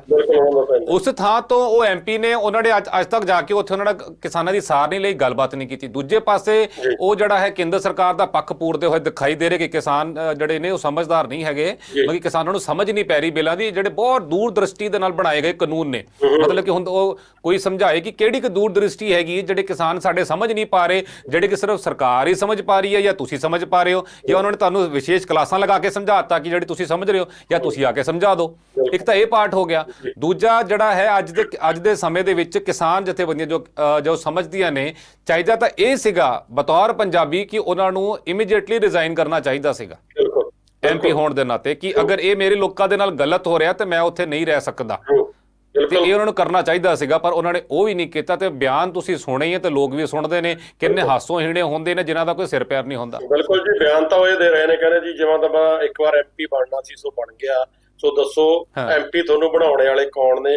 ਲੋਕ ਨੇ ਤੁਹਾਨੂੰ ਜਿਤਾਉਣੇ ਵਾਲੇ, ਪਾਰਲੀਮੈਂਟਾਂ ਦੇ ਵਿੱਚ ਭੇਜਣ ਵਾਲੇ ਤੁਹਾਨੂੰ ਲੋਕ ਨੇ। ਅਗਰ ਤੁਸੀਂ ਲੋਕਾਂ ਦੇ ਲਈ ਨਹੀਂ ਖੜ ਸਕਦੇ, ਔਰ ਜਿਹੜੇ ਤੁਸੀਂ ਇਹ ਗੱਲ ਕੀਤੀ ਹੈ ਕਿ ਉਹ ਜਿੱਤੇ ਵੀ ਉਸ ਇਲਾਕੇ ਤੋਂ ਹੋਏ ਨੇ, ਤਾਂ ਸਭ ਤੋਂ ਪਹਿਲਾ ਜਿਹੜਾ ਫਰਜ਼ ਆ ਉਹ ਬਣਦਾ ਹੀ ਹੰਸਰਾਜ ਹੰਸ ਦਾ ਸੀਗਾ ਕਿ ਉਹ ਆਪਣੇ ਪਦ ਤੋਂ ਅਸਤੀਫਾ ਦਿੰਦੇ ਜਾਂ ਗੱਲਬਾਤ ਕਰਦੇ ਜੋ ਵੀ ਸੀ। ਪਰ ਨਹੀਂ, ਉਹ ਤਾਂ ਆਰਾਮ ਨਾਲ ਬੈਠੇ ਨੇ, ਗੋਲ ਪਗੜੀ ਬੰਨ ਲਈ, ਆਪਣੇ ਭੇਸ ਨੇ ਜਿਹੜੇ ਡੇ ਬਾਈ ਡੇ ਹਰ ਰੋਜ਼ ਬਦਲ ਦੇਣੇ ਨੇ, ਲੋਕਾਂ ਦੇ ਸਾਹਮਣੇ ਵੱਖਰੇ ਤਰੀਕੇ ਦੇ ਨਾਲ ਆਪਣੇ ਆਪ ਨੂੰ ਪੇਸ਼ ਕਰਨਾ। ਨਾਲੇ ਕਮਲ ਜੀ, ਜਿਵੇਂ ਤੁਸੀਂ ਕਿਹਾ ਕਿ ਅਗਰ ਲੋਕਾਂ ਨੇ ਜਿਤਾਇਆ, ਲੋਕਾਂ ਦੇ ਉਹ ਨੁਮਾਇੰਦੇ ਹੈਗੇ ਆ, ਫਿਰ ਉਹ ਇਹ ਸਮਝਣ ਦੀ ਸ਼ਾਇਦ ਕਿਤੇ ਨਾ ਕਿਤੇ ਗਲਤੀ ਵੀ ਕਰ ਰਹੇ ਆ ਕਿ ਲੋਕ ਅਗਰ ਦਿੱਲੀ ਵਾਲਿਆਂ ਨੇ ਜਿਤਾਇਆ ਤੇ ਦਿੱਲੀ ਵਾਲੇ ਜਿਹੜੇ ਲੋਕ ਨੇ ਉਹਨਾਂ ਨੂੰ ਕੋਈ ਦਿੱਕਤ ਨਹੀਂ ਹੈ। ਜੇ ਤੁਹਾਡਾ ਜਿਹੜਾ ਸਮਰਪਣ ਹੈਗਾ, ਤੁਹਾਡੀ ਜਿਹੜਾ ਵਿਸ਼ਵਾਸ ਉਹਨਾਂ ਲੋਕਾਂ ਦੇ ਵਿੱਚ ਹੀ ਹੈਗਾ ਜਿਨ੍ਹਾਂ ਨੇ ਤੁਹਾਨੂੰ ਦਿੱਲੀ 'ਚ ਜਿਤਾਇਆ, ਜਿਨ੍ਹਾਂ ਨੇ ਵੋਟਾਂ ਪਾਤੀਆਂ, ਤੇ ਮੁੜ ਕੇ ਤੁਸੀਂ ਦੁਬਾਰਾ ਕਦੀ ਪੰਜਾਬ 'ਚ ਆਉਣਾ ਨਹੀਂ ਹੈਗਾ, ਆਉਣਾ ਤਾਂ ਮੁੜ ਤੋੜ ਕੇ ਫਿਰ ਤੁਸੀਂ ਪੰਜਾਬ 'ਚ ਹੀ ਹੈ। ਫਿਰ ਲੋਕ ਇਹੀ ਕਹਿ ਰਹੇ, ਜੇ ਤੁਹਾਡਾ ਮਤਲਬ ਕਿ ਬੇਸ ਪੰਜਾਬ ਹੈ, ਤੁਹਾਡੇ ਲੋਕ ਆਪਣੇ ਪੰਜਾਬੀ ਨੇ, ਫਿਰ ਤੁਸੀਂ ਉਹਨਾਂ ਦੀ ਸਾਰ ਨਹੀਂ ਲੈ ਰਹੇ। ਬਿਲਕੁਲ ਟਰੂ। ਔਰ ਗੌਰਵ ਜੀ, ਨੈਕਸਟ ਆਪਾਂ ਜਿਹੜੀ ਗੱਲਬਾਤ ਆ ਕਿ ਕਿਸਾਨੀ ਸੰਘਰਸ਼ ਹੁਣ ਕਿਸ ਤਰੀਕੇ ਦੇ ਨਾਲ ਚੱਲ ਰਿਹਾ, ਕਿਸ ਟਾਈਪ ਦੇ ਉੱਥੇ ਹਾਲਾਤ ਨੇ, ਮੌਸਮ ਕਿਹੋ ਜਿਹਾ ਔਰ ਚੜ੍ਹਦੀ ਕਲਾ ਦੇ ਵਿੱਚ ਨੇ, ਸੋ ਉਹਦੇ ਬਾਰੇ ਥੋੜੀ ਜਿਹੀ ਡਿਸਕਸ ਕਰਦੇ ਹਾਂ। ਔਰ ਨਾਲ ਦੀ ਕਿਉਂਕਿ ਬੱਚੇ ਨੇ ਜਿਹੜੇ ਉੱਥੇ ਉਹ ਵੀ ਕਾਫੀ ਪਹੁੰਚੇ ਹੋਏ ਨੇ, ਸੋ ਬੱਚਿਆਂ ਦੀ ਆਪਾਂ ਕਿਤੇ ਨਾ ਕਿਤੇ ਜਾ ਕੇ ਕਹਿ ਦਿੰਦੇ ਆ ਕਿ ਪੜ੍ਹਾਈ ਦਾ ਵੀ ਉਹ ਹੈਗਾ, ਪਰ ਨਾਲ ਉੱਥੇ ਲਾਇਬ੍ਰੇਰੀਜ਼ ਤੱਕ ਵੀ ਖੁੱਲ ਗਈਆਂ ਨੇ। ਮੈਂ ਕਿਸੇ ਦੀ ਵੀਡੀਓ NRI ਦੀ ਪਾਈ ਦੇਖ ਰਿਹਾ ਸੀਗਾ, ਸੋ ਉਹਨਾਂ ਨੇ ਬੜੀਆਂ ਕਿਤਾਬਾਂ ਨੇ ਜਿਹੜੀਆਂ ਉੱਥੇ ਡੋਨੇਟ ਕੀਤੀਆਂ ਨੇ। ਵੱਖਰਾ ਹੀ ਜਿਹੜਾ ਮਾਹੌਲ ਆ ਉਹ ਪੰਜਾਬੀਆਂ ਨੇ ਉੱਥੇ ਸਿਰਜਤਾ ਜਾ ਕੇ। ਬਿਲਕੁਲ, ਮਤਲਬ ਕਿ ਪਹਿਲੇ ਕਮਲ ਜੀ ਕਿਹਾ ਜਾਂਦਾ ਸੀਗਾ ਜਿੰਨੇ ਲਾਹੌਰ ਨਹੀਂ ਵੇਖਿਆ ਉਹ ਜੰਮਿਆ ਹੀ ਨਹੀਂ, ਤੇ ਹੁਣ ਆਪਣੇ ਪੰਜਾਬ ਦੇ ਵਿੱਚ ਤੇ ਇਸ ਪਾਸੇ ਜ਼ਰੂਰ ਚਰਚਾ ਹੈਗੀ ਹੈ ਜਿਹੜਾ ਕਿ ਉਸ ਥਾਂ ਦੇ ਉੱਪਰ ਗਿਆ ਨਹੀਂ ਤੇ ਉਸਨੂੰ ਕੁਝ ਪਤਾ ਹੀ ਨਹੀਂ ਚੱਲਿਆ। ਕਹਿਣ ਦਾ ਭਾਵ ਇਹ ਹੈ ਮਤਲਬ ਕਿ ਪੰਜਾਬੀ ਜਿੱਥੇ ਜਾਂਦੇ ਨੇ ਆਪਣਾ ਰਾਹ ਵੈਸੇ ਖੁਦ ਹੀ ਬਣਾ ਲੈਂਦੇ ਨੇ। ਹੁਣ ਛੋਟੇ ਛੋਟੇ ਬੱਚੇ ਗਏ ਨੇ, ਮਾਤਾਵਾਂ ਨੇ, ਬਜ਼ੁਰਗ ਨੇ, ਸਾਰੇ ਉੱਥੇ ਬੈਠੇ ਹੋਏ ਆ। ਤੇ ਹੁਣ ਜਿਹੜੀਆਂ ਮੋਬਾਈਲ ਲਾਇਬ੍ਰੇਰੀਜ਼ ਹੈਗੀਆਂ ਉਹ ਜਿਹੜੀਆਂ ਉਹ ਵੀ ਉੱਥੇ ਬਣ ਚੁੱਕੀਆਂ ਨੇ, ਕਿਤਾਬਾਂ ਨੇ, ਉੱਥੇ ਅਖਬਾਰਾਂ ਨੇ, ਉਹ ਡੇਲੀ ਪਹੁੰਚਦੀਆਂ ਨੇ। ਸਾਡੇ ਜਿਹੜੇ ਛੋਟੇ ਬੱਚੇ ਆ, ਨੌਜਵਾਨ ਅਖਬਾਰਾਂ ਪੜ੍ਹਦੇ ਆ, ਲਾਇਬ੍ਰੇਰੀ ਦਾ ਇਸਤੇਮਾਲ ਪੂਰਾ ਕਰਦੇ ਆ। ਦੂਜੇ ਪਾਸੇ ਜਿਹੜਾ ਹੈ ਧਾਰਮਿਕ ਕਿਤਾਬਾਂ ਵੀ ਉੱਥੇ ਹੈਗੀਆਂ, ਵੱਖ-ਵੱਖ ਤਰ੍ਹਾਂ ਦੇ ਰਸਾਲੇ ਆ ਉਹ ਵੀ ਉੱਥੇ ਹੈਗੇ ਆ। ਮਤਲਬ ਕਿ ਕੋਈ ਇਹ ਨਹੀਂ ਕਹਿ ਸਕਦਾ ਕਿ ਇਹ ਮਤਲਬ ਕਿ ਬਿਨਾਂ ਸਿਰ ਪੈਰ ਦੀ ਕੋਈ ਮੂਵਮੈਂਟ ਤੁਰ ਰਹੀ ਹੈ। ਸਾਰੇ ਪੜ੍ਹੇ ਲਿਖੇ ਨੇ, ਸਮਝਦਾਰ ਨੇ, ਸਮਝਦੇ ਨੇ, ਆਪਣੀ ਜ਼ਿੰਮੇਵਾਰੀ ਸਮਝਦੇ ਨੇ ਕਿ ਆਖਿਰ ਅਸੀਂ ਜਿਹੜਾ ਹੈਗਾ ਕਿਸ ਪਰਪਸ ਲਈ ਇੱਥੇ ਆਏ ਹੋਏ ਆ, ਕਿਉਂ ਬੈਠੇ ਹੈਗੇ ਆ ਤੇ ਸਾਡਾ ਟੀਚਾ ਕੀ ਹੈਗਾ। ਇਹ ਬਹੁਤ ਵੱਡੀ ਗੱਲ ਹੁੰਦੀ ਹੈ। ਇਹ ਬਹੁਤ ਵੱਡੀ ਗੱਲ ਹੈ, ਬਿਲਕੁਲ, ਨੋ ਡਾਊਟ। ਔਰ ਸਾਰੀਆਂ ਫੈਸਿਲਿਟੀਜ਼ ਦੇਖੋ ਉਨੀ ਜਗ੍ਹਾ ਦੇ ਉੱਤੇ ਦੇਣੀ ਆ। ਹਾਰਡ ਤਾਂ ਜ਼ਰੂਰ ਹੁੰਦਾ, ਪਰ ਪੰਜਾਬੀ ਹਾਰਡ ਨੂੰ ਹਾਰਡ ਨਹੀਂ ਸਮਝਦੇ। ਉਹ ਤਾਂ ਜਿੱਥੇ ਜਾ ਕੇ ਕਹਿੰਦੇ ਜੰਗਲ ਨੇ ਜਿਹੜੇ ਉਹ ਪੱਧਰੇ ਕਰਕੇ, ਸੋ ਉੱਥੇ ਸਾਰਾ ਕੁਝ ਡਿਵੈਲਪ ਕਰਤਾ। ਹੁਣ ਅਸੀਂ ਬਾਹਰਲੀਆਂ ਕੰਟਰੀਆਂ ਦੀਆਂ ਗੱਲ ਕਰ ਲਈਏ ਕਿ ਕਿੰਨਾ ਕੁ ਡਿਵੈਲਪ ਕਰਤਾ ਜੀ ਬਾਹਰਲੀਆਂ ਕੰਟਰੀਆਂ ਨੂੰ। ਇਸੇ ਕਰਕੇ ਤਾਂ ਜਿਹੜਾ ਇਮੀਗ੍ਰੈਂਟ ਇੰਨੇ ਆ ਰਹੇ ਨੇ, ਲੋਕ ਬੁਲਾ ਰਹੇ ਨੇ, ਪਰ ਜਿਹੜੇ ਸਾਡੇ ਆਪਣੇ ਉੱਥੇ ਦੇ ਨੁਮਾਇੰਦੇ ਨੇ ਉਹਨਾਂ ਨੂੰ ਇਸ ਚੀਜ਼ ਦੀ ਸਮਝ ਨਹੀਂ ਆਉਂਦੀ ਕਿ ਸਾਡੇ ਲੋਕ ਕਿੰਨੇ ਹਾਰਡ ਵਰਕਰ ਨੇ, ਅਸੀਂ ਉਹਨਾਂ ਤੋਂ ਕੰਮ ਕਿਵੇਂ ਲੈਣਾ, ਕਿਸ ਹਿਸਾਬ ਦੇ ਨਾਲ ਅਸੀਂ ਉਹਨਾਂ ਤੋਂ ਅੱਗੇ ਜਿਹੜੀ ਆ ਆਪਣੀ ਕੰਟਰੀ ਨੂੰ ਡਿਵੈਲਪ ਕਰਨਾ, ਉਸ ਚੀਜ਼ ਨੂੰ ਨਹੀਂ ਸਮਝ ਰਹੇ। ਦੇਖੋ ਕਿੰਨਾ ਪ੍ਰਵਾਸ ਹੋ ਰਿਹਾ। ਨਵੇਂ ਬੱਚੇ ਨੇ, ਹੁਣ ਅੱਜ ਦੀ ਡੇਟ ਦੇ ਵਿੱਚ ਆਪਾਂ ਗੱਲ ਕਰੀਏ 12th ਗ੍ਰੇਡ ਤੋਂ ਪਹਿਲਾਂ ਹੀ ਬੱਚਿਆਂ ਦਾ ਜਿਹੜਾ ਮਾਈਂਡ ਸੈਟ ਆਪਾਂ ਹੋਇਆ ਪਿਆ ਕਿ ਅਸੀਂ ਬਾਹਰਲੀਆਂ ਕੰਟਰੀਆਂ ਨੂੰ ਪ੍ਰਵਾਸ ਕਰਨਾ, ਬਾਹਰਲੀਆਂ ਕੰਟਰੀਆਂ ਦੇ ਵਿੱਚ ਅਸੀਂ ਜਾ ਕੇ ਵਸਣਾ। ਸੋ ਰੀਜ਼ਨ ਕੀ ਆ? ਉਸ ਰੀਜ਼ਨ ਨੂੰ ਇਹ ਲੋਕ ਫਾਈਂਡ ਆਊਟ ਕਰਨ ਦੀ ਕੋਸ਼ਿਸ਼ ਹੀ ਨਹੀਂ ਕਰਦੇ ਕਿਤੇ ਕਿ ਕਿਉਂ ਜਿਹੜੀ ਸਾਡੀ ਜਵਾਨੀ ਆ ਜਾਂ ਕਿਉਂ ਸਾਡਾ ਜਿਹੜਾ ਪੜ੍ਹਿਆ ਲਿਖਿਆ ਤਬਕਾ ਜਾਂ ਜਿਹੜੇ ਸਾਡੇ ਪ੍ਰੋਫੈਸ਼ਨਲਜ਼ ਨੇ ਉਹ ਸਾਰੇ ਜਿਹੜੇ ਵਿਦੇਸ਼ਾਂ ਦੀਆਂ ਧਰਤੀਆਂ ਨੂੰ ਭੱਜੇ ਜਾਂਦੇ ਨੇ, ਉਹਦਾ ਰੀਜ਼ਨ ਕੀ ਆ? ਔਰ ਰੀਜ਼ਨ ਇਹ ਲੋਕ ਫਾਈਂਡ ਆਊਟ ਕਰਨ ਦੀ ਕੋਸ਼ਿਸ਼ ਨਹੀਂ ਕਰਦੇ ਹੈਗੇ। ਸੋ ਇਸੇ ਵਜ੍ਹਾ ਕਰਕੇ ਆਹ ਹਾਲਾਤ ਜਿਹੜੇ ਆਪਾਂ ਭਾਰਤ ਦੇ ਕਹਿੰਦੇ ਆ ਤਾਂ ਬਣਦੇ ਜਾਂਦੇ ਆ। ਪਰ ਜਦੋਂ ਗੱਲਾਂ ਬਾਤਾਂ ਕਰਦੇ ਆ ਜਾਂ ਮੀਡੀਆ ਦੇ ਉੱਤੇ ਇਹਨਾਂ ਦੀਆਂ ਗੱਲਾਂ ਆਉਂਦੀਆਂ ਨੇ, ਸੋ ਕੁਛ ਇਹਨਾਂ ਦੇ ਜਿਹੜੇ ਰੱਖਣ ਵਾਲੇ ਇਹਨਾਂ ਦੇ ਪੱਖ ਦੇ ਬੰਦੇ ਨੇ, ਸੋ ਉਹਨਾਂ ਨੂੰ ਇਹ ਚੀਜ਼ਾਂ ਫਿਰ ਬੁਰੀਆਂ ਵੀ ਬਹੁਤ ਲੱਗਦੀਆਂ ਨੇ ਕਿ ਕਿਉਂ ਤੁਸੀਂ ਸਾਡੇ ਪੋਲੀਟੀਸ਼ੀਅਨਸ ਬਾਰੇ ਗੱਲ ਕਰਦੇ ਆ। ਗੱਲ ਕਰਨ ਦਾ ਮਕਸਦ ਇਹੀ ਆ ਜੀ, ਜੇ ਤੁਸੀਂ ਉਸ ਲੈਵਲ ਤੱਕ ਜਾਓ ਹੀ ਨਾ, ਤੁਸੀਂ ਸਿਸਟਮ ਹੀ ਐਸਾ ਕ੍ਰੀਏਟ ਕਰ ਦਵੋ, ਤੁਸੀਂ ਸਾਰਾ ਸੈਟਅਪ ਹੀ ਇਹੋ ਜਿਹਾ ਕਰ ਦਵੋ ਕਿ ਜਿਹੜੇ ਲੋਕ ਨੇ ਪ੍ਰਵਾਸ ਨਾ ਕਰਨ ਔਰ ਤੁਹਾਡੀਆਂ ਜਿਹੜੀਆਂ ਗੱਲਾਂ ਨਾ ਹੋਣ। ਸੋ ਗਣਤੰਤਰ ਦਿਵਸ ਜੀ ਐਗਜ਼ੈਕਟਲੀ ਬੜੀ ਬੜੀ ਸਹੀ ਗੱਲ ਤੁਸੀਂ ਕਹੀ। ਦੇਖੋ ਅੱਜ ਕਈ ਜਿਹੜੇ ਕਿਸਾਨ ਜਥੇਬੰਦੀਆਂ ਦੇ ਵੱਡੇ ਆਗੂ ਸੀਗੇ, ਜਦੋਂ ਮੈਂ ਉਹਨਾਂ ਨੂੰ ਸੁਣ ਰਿਹਾ ਸੀਗਾ ਤੇ ਕਿਤੇ ਨਾ ਕਿਤੇ ਇਹੀ ਚੀਜ਼ਾਂ ਉਹਨਾਂ ਨੇ ਕਿਹਾ ਕਿ ਮਤਲਬ ਕਿ ਜੋ ਚੀਜ਼ਾਂ ਸਰਕਾਰਾਂ ਨੂੰ ਕਰਨੀਆਂ ਚਾਹੀਦੀਆਂ ਸੀਗੀਆਂ, ਜਿਹੜੀ ਮੁੱਢਲੀਆਂ ਚੀਜ਼ਾਂ ਸੀਗੀਆਂ ਉਹ ਤਾਂ ਅੱਜ ਤੱਕ ਹੋਈਆਂ ਨਹੀਂ। ਜਿਹੜੀ ਚੀਜ਼ ਦੀ ਅਜੇ ਇੰਨੀ ਲੋੜ ਨਹੀਂ ਸੀਗੀ ਉਹ ਕਰ ਦਿੱਤੀ ਗਈ ਤੇ ਸਾਰਿਆਂ ਦਾ ਦੇਖੋ ਟਾਈਮ ਵੀ ਖਰਾਬ ਹੋਇਆ। ਇਹ ਉਹ ਚੀਜ਼ ਹੈਗੀ ਹੈ ਜਿਹੜੀ ਕਿ ਡਾਇਰੈਕਟਲੀ ਕਿਸਾਨਾਂ ਨੇ ਨਹੀਂ ਕਹੀ। ਉਹਨਾਂ ਨੇ ਆਪਣੇ ਆਮਦਨੀ ਵਧਾਉਣ ਨੂੰ ਕਹੀ ਸੀਗੀ, ਸਵਾਮੀਨਾਥਨ ਕਮਿਸ਼ਨ ਦੀ ਰਿਪੋਰਟ ਲਾਗੂ ਕਰਨ ਨੂੰ ਕਹੀ ਸੀ, ਉਹ ਤਾਂ ਹੋਈ ਨਹੀਂ। ਹੁਣ ਇਹਨਾਂ ਚੀਜ਼ਾਂ ਦੇ ਰਾਹੀਂ ਉਹਨਾਂ ਚੀਜ਼ਾਂ ਨੂੰ ਜਿਹੜਾ ਹੈ ਸਿੱਧ ਕਰਨ ਦੀ ਕੋਸ਼ਿਸ਼ ਤੇ ਉਸ ਦੇ ਬਾਰੇ ਜਿਹੜਾ ਬਾਰ-ਬਾਰ ਇਹ ਕਿਹਾ ਜਾ ਰਿਹਾ ਕਿ ਤੁਸੀਂ ਵਿਸ਼ਵਾਸ ਕਰੋ, ਯਕੀਨ ਕਰੋ ਕਿ ਇਸ ਨਾਲ ਤੁਹਾਡਾ ਫਾਇਦਾ ਹੋ ਜਾਏਗਾ। ਹੁਣ ਜਿਹੜੇ ਜਿਨ੍ਹਾਂ ਦਾ ਫਾਇਦਾ ਤੁਸੀਂ ਕਰਨ ਦੀ ਗੱਲ ਕਰ ਰਹੇ ਹੋ, ਉਹ ਜਦੋਂ ਖੁਦ ਕਹਿ ਰਹੇ ਨੇ ਸਾਡਾ ਫਾਇਦਾ ਸਾਨੂੰ ਨਹੀਂ ਦਿਖਾਈ ਦੇ ਰਿਹਾ, ਤਾਂ ਫਿਰ ਉਸ ਦੇ ਵਿੱਚ ਨਜਾਇਜ਼ ਕੰਟਰੋਵਰਸੀ ਹੋ ਰਹੀ ਹੈ। ਚਾਹੀਦਾ ਤਾਂ ਇਹ ਸੀਗਾ ਕਿ ਅੱਜ ਸਾਡੇ ਮੁਲਕ ਦੇ ਵਿੱਚ ਜਿਹੜਾ ਹੈ ਜਿਹੜੇ ਬਜ਼ੁਰਗ ਨੇ ਉਹਨਾਂ ਨੂੰ ਘੱਟੋ ਘੱਟ ਕੁਝ ਹਜ਼ਾਰ ਜਿਹੜੀ ਪੈਨਸ਼ਨ ਮਿਲਣੀ ਚਾਹੀਦੀ ਸੀ, 4-5 ਹਜ਼ਾਰ ਘੱਟੋ ਘੱਟ ਜਿਹੜੀ ਮਿਲਣੀ ਚਾਹੀਦੀ ਹੈ, ਜਿਨ੍ਹਾਂ ਦੇ ਨਾਲ ਉਹ ਆਪਣਾ ਗੁਜ਼ਰ ਬਸਰ ਕਰ ਸਕਣ। ਪਰ ਹੋ ਕੀ ਰਿਹਾ, ਇੱਥੇ 250 ਰੁਪਏ ਤੋਂ 500 ਰੁਪਏ ਪੈਨਸ਼ਨ ਤੱਕ ਨਹੀਂ ਮਿਲਦੀ, ਕਈ ਮਹੀਨੇ ਨਹੀਂ ਮਿਲਦੀ। ਹੁਣ ਇਹ ਚੀਜ਼ਾਂ ਤੁਹਾਡੇ ਕੋਲ ਦੁਰਸਤ ਨਹੀਂ ਹੋ ਰਹੀਆਂ। ਦੂਜੇ ਪਾਸੇ ਜਿਹੜੇ ਮੁਲਕ ਦਾ ਸਰਮਾਇਆ ਸਾਰਾ ਕੁਝ ਜਿਹੜਾ ਉਹ ਕਾਰਪੋਰੇਟ ਘਰਾਣਿਆਂ ਦੇ ਹੱਥਾਂ ਦੇ ਵਿੱਚ ਜਾਂਦਾ ਜਾ ਰਿਹਾ। ਜਿੰਨੀ ਸਰਕਾਰੀ ਕੰਪਨੀਆਂ ਸੀਗੀਆਂ ਉਹਨਾਂ 'ਚ ਡਿਸਇਨਵੈਸਟਮੈਂਟ ਹੋ ਰਹੀ ਹੈ, ਉਹਨਾਂ ਦੇ ਵਿੱਚ ਨਿੱਜੀ ਖੇਤਰ ਜਿਹੜਾ ਆਂਦਾ ਜਾ ਰਿਹਾ। ਤੇ ਫਿਰ ਕਹਿਣ ਦਾ ਭਾਵ ਹੋ ਕੀ ਰਿਹਾ ਕਿ ਤਰੱਕੀ ਦਾ ਪੈਮਾਨਾ ਕੀ ਪ੍ਰਾਈਵੇਟਾਈਜੇਸ਼ਨ ਹੀ ਹੈ ਕਿ ਸਰਕਾਰਾਂ ਕੋਲ ਕੋਈ ਸੰਭਲ ਨਹੀਂ ਰਿਹਾ? ਸਵਾਲ ਇਹ ਖੜਾ ਹੋ ਰਿਹਾ ਜੀ ਕਿੰਨਾ ਕੁਛ ਆ। ਦੇਖੋ ਐਜੂਕੇਸ਼ਨ ਦੀ ਗੱਲ ਕਰ ਲਈਏ, ਆਪਾਂ ਹੈਲਥ ਸਿਸਟਮ ਦੀ ਗੱਲ ਕਰ ਲਈਏ, ਆਪਾਂ ਜਿਸ ਤਰ੍ਹਾਂ ਤੁਸੀਂ ਬਜ਼ੁਰਗਾਂ ਦੀ ਗੱਲ ਕੀਤੀ ਆ ਕਿ ਉਹਨਾਂ ਨੂੰ ਪੈਨਸ਼ਨਾਂ ਦੀ ਗੱਲ ਕਰ ਲਈਏ, ਸੋ ਕਿੰਨੇ ਕੰਮ ਨੇ ਜਿਹੜੇ ਕਰਨੇ ਵਾਲੇ ਨੇ, ਪਰ ਉਹ ਛੱਡ ਕੇ ਤੁਸੀਂ ਹੋਰੇ ਪਾਸੇ ਨੂੰ ਤੁਰੇ ਹੋਏ ਹੋ, ਆਮ ਜਨਤਾ ਨੂੰ ਪਰੇਸ਼ਾਨ ਕਰਨ ਦੇ ਉੱਤੇ ਲੱਗੇ ਹੋਏ ਹੋ। ਇਹੀ ਤਾਂ ਫਿਰ ਰਾਜਨੀਤੀ ਹੈ ਨਾ ਜੀ। ਫਿਰ ਪੋਲੀਟੀਕਲ ਆਪਾਂ ਲੋਕ ਇਹਨਾਂ ਨੂੰ ਕੀ ਕਹਾਂਗੇ, ਕਿਉਂਕਿ ਇਹਨਾਂ ਨੇ ਤਾਂ ਆਪਣੀ ਰਾਜਨੀਤੀ ਕਰਨੀ ਹੈ। ਚਾਹੇ ਕੋਈ ਵੀ ਕੰਮ, ਚਾਹੇ ਦੰਗੇ ਕਰਾ ਕੇ ਕਰਨ, ਚਾਹੇ ਆਪਸ ਦੇ ਵਿੱਚ ਦਫਾੜ ਕਰਕੇ ਜਾਤ ਪਾਤ ਦੇ ਨਾਮ ਦੇ ਉੱਤੇ ਕਰਨ, ਇਹਨਾਂ ਨੇ ਤਾਂ ਜਿਹੜੀ ਆਪਣੀ ਰਾਜਨੀਤੀ ਚਮਕਾਉਣੀ ਆ। ਸੋ 26 ਜਨਵਰੀ ਵੀ ਆ ਰਹੀ ਹੈ ਜੀ, ਉਹਦੇ ਉੱਪਰ ਵੀ ਜਿਹੜਾ ਹੈਗਾ ਜੀ ਉਹਨੂੰ ਮਨਾਉਣਾ, ਔਰ ਗਣਤੰਤਰ ਦਿਵਸ ਦੇ ਉੱਪਰ ਜਿਹੜੀ ਹੈਗੀ ਹੈ ਪੰਜਾਬ ਦੀ ਝਾਕੀ ਹੈ ਉਸ ਨੂੰ ਮਨਜ਼ੂਰੀ ਵੀ ਦਿੱਤੀ ਆ ਗਵਰਨਮੈਂਟ ਨੇ। ਲੱਗਦਾ ਤਾਂ ਏਦਾਂ ਜਿਵੇਂ ਕਿ ਆਸਾਨ ਕਰਤਾ ਹੋਵੇ, ਜਿਸ ਤਰੀਕੇ ਦੇ ਨਾਲ ਮਨਜ਼ੂਰੀ ਦੇ ਦਿੱਤੀ ਮਨਜ਼ੂਰੀ ਦੇ ਰਹੀ ਹੈ। ਬਿਲਕੁਲ, ਕਿਉਂਕਿ ਪੰਜਾਬ ਨੂੰ ਅਸਲ ਦੇ ਵਿੱਚ ਪੰਜਾਬ ਨੂੰ ਇਹ ਲੱਗ ਰਿਹਾ ਕਿ ਪੰਜਾਬ ਨੂੰ ਭਾਰਤ ਦਾ ਹਿੱਸਾ ਹੀ ਨਹੀਂ ਸਮਝਿਆ ਜਾ ਰਿਹਾ, ਉਸ ਨੂੰ ਅਲੱਗ ਥਲੱਗੇ ਕਰਨ ਦੀ ਕੋਸ਼ਿਸ਼ ਕੀਤੀ ਹੈ ਕਿ ਪੰਜਾਬ ਇੱਕ ਭਾਰਤ ਦਾ ਅਗਰ ਹਿੱਸਾ, ਤਾਂ ਉਹਨਾਂ ਨੂੰ ਪਹਿਲੀ ਗੱਲ ਤਾਂ ਇਹ ਦੱਸੋ ਕਿ ਵੀ ਆਪਣੀ ਝਾਕੀ ਲਾਉਣ ਦੇ ਲਈ, ਚਾਹੇ ਉਹ ਗੁਰੂ ਸਾਹਿਬਾਨਾਂ ਦੀ ਆ, ਚਾਹੇ ਉਹ ਪੰਜਾਬ ਦੇ ਰਿਲੇਟਡ, ਕਿਸਾਨੀ ਦੇ ਰਿਲੇਟਡ ਆ, ਕਿ ਉਹਨਾਂ ਨੂੰ ਮਨਜ਼ੂਰੀਆਂ ਲੈਣ ਦੀ ਲੋੜ ਹੈਗੀ ਆ।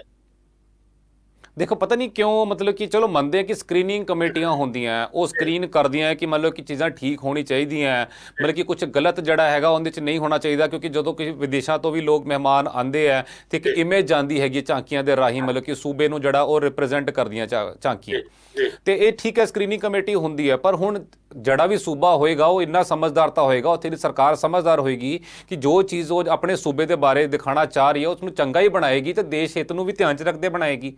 ਇਹ ਤਾਂ ਬਾਕੀ ਕਾਮਨ ਸੈਂਸ ਹੈਗੀ ਇਸ ਚੀਜ਼ ਦੇ ਨੂੰ ਲੈ ਕੇ। ਹੁਣ ਚੰਡੀਗੜ੍ਹ ਦੀ ਜਿਹੜੀ ਝਾਂਕੀ ਸੀ ਉਸ ਨੂੰ ਰਿਜੈਕਟ ਕਰ ਦਿੱਤਾ ਗਿਆ।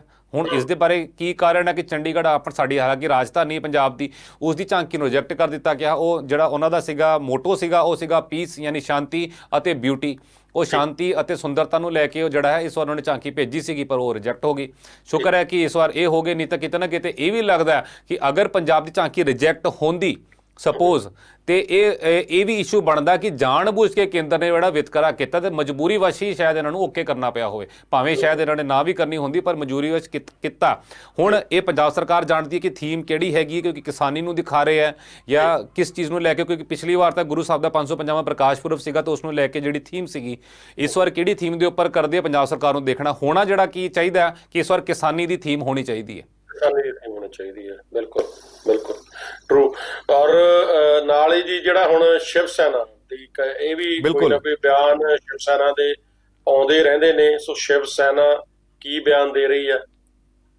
ਸ਼ਿਵ ਸੈਨਾ ਬੜਾ ਕ੍ਰਿਟੀਕਲ ਬਿਆਨ ਦਿੰਦੀ ਹੈ ਹਮੇਸ਼ਾ। ਸ਼ਿਵ ਸੈਨਾ ਦਾ ਜਿਹੜਾ ਮੁੱਖ ਪੱਤਰ ਹੈਗਾ ਉਹ ਹੈਗਾ ਸਾਮਨਾਇਕ, ਜਿਹਦੇ 'ਚ ਉਹ ਲੇਖ ਲਿਖਦੇ ਹੈਗੇ ਆ ਤੇ ਬੜਾ ਸਰਕਾਸਟਿਕ ਵੇ ਦੇ ਨਾਲ ਉਹ ਮੌਜੂਦਾ ਸਮੇਂ ਦੀ ਜਿਹੜੀ ਸਭ ਤੋਂ ਵੱਡੀ ਪ੍ਰੋਬਲਮ ਹੁੰਦੀ ਹੈ ਮੁਲਕ ਦੀ, ਉਸ ਦੇ ਉੱਪਰ ਤਿੱਖੀ ਜਿਹੜੀ ਹੈ ਟਿੱਪਣੀ ਕਰਦੇ ਆ। ਤੇ ਪਿਛਲੀ ਵਾਰ ਤੇ ਇਸ ਵਾਰ ਵੀ ਸ਼ਿਵ ਸੈਨਾ ਨੇ ਜਿਹੜਾ ਕੇਂਦਰ ਸਰਕਾਰ ਨੂੰ ਕਰੜੇ ਹੱਥੀ ਲਿਆ ਤੇ ਹੁਣ ਵੀ ਸ਼ਿਵ ਸੈਨਾ ਨੇ ਕਿਹਾ ਕਿ ਜਿਸ ਤਰੀਕੇ ਦੇ ਨਾਲ ਕੇਂਦਰ ਸਰਕਾਰ 8 ਵਾਰ ਗੱਲਬਾਤ ਕਰ ਚੁੱਕੀ ਹੈ, 8 ਵਾਰ ਦੀ ਜਿਹੜੀ ਗੱਲਬਾਤ ਹੈਗੀ ਉਹ ਬੇਸਿੱਟਾ ਰਹੀ ਹੈ। ਉਸ ਤੋਂ ਇਹੀ ਚੀਜ਼ ਸਾਬਤ ਹੁੰਦੀ ਹੈ ਕਿ ਕੇਂਦਰ ਸਰਕਾਰ ਜਿਹੜਾ ਹੈ ਨਾਟਕ ਕਰ ਰਹੀ ਹੈ, ਉਹ ਇਸ ਦੇ ਨਿਬੇੜੇ ਵੱਲ ਨਹੀਂ ਵਧਣਾ ਚਾਹੁੰਦੀ, ਲਿਹਾਜ਼ਾ ਇਸ ਨੂੰ ਲੰਮਾ ਲਮਕਾ ਰਹੀ ਹੈ ਤਾਂ ਕਿ ਅੱਗੇ ਤੋਂ ਅੱਗੇ ਚੱਲਦਾ ਰਹੇ। ਕਿਸਾਨ ਥੱਕ ਜਾਣ, ਹੌਲੀ ਹੌਲੀ ਇਹਨਾਂ 'ਚ ਆਪਸ 'ਚ ਫੁੱਟ ਪੈ ਜੇ, ਥਕੇ ਹਾਰੇ ਆਪਸ 'ਚ ਹੀ ਲੜ ਪੈਣ, ਤੇ ਹੋਰ ਅਗਰ ਇਹ ਬਦਨਾਮ ਹੁੰਦਾ ਤੇ ਛੇਤੀ ਬਦਨਾਮ ਹੋ ਜਾਏ ਤੇ ਆਪੇ ਹੀ ਇਹ ਟੈ ਟੇਰੀ ਹੋ ਜਾਣ।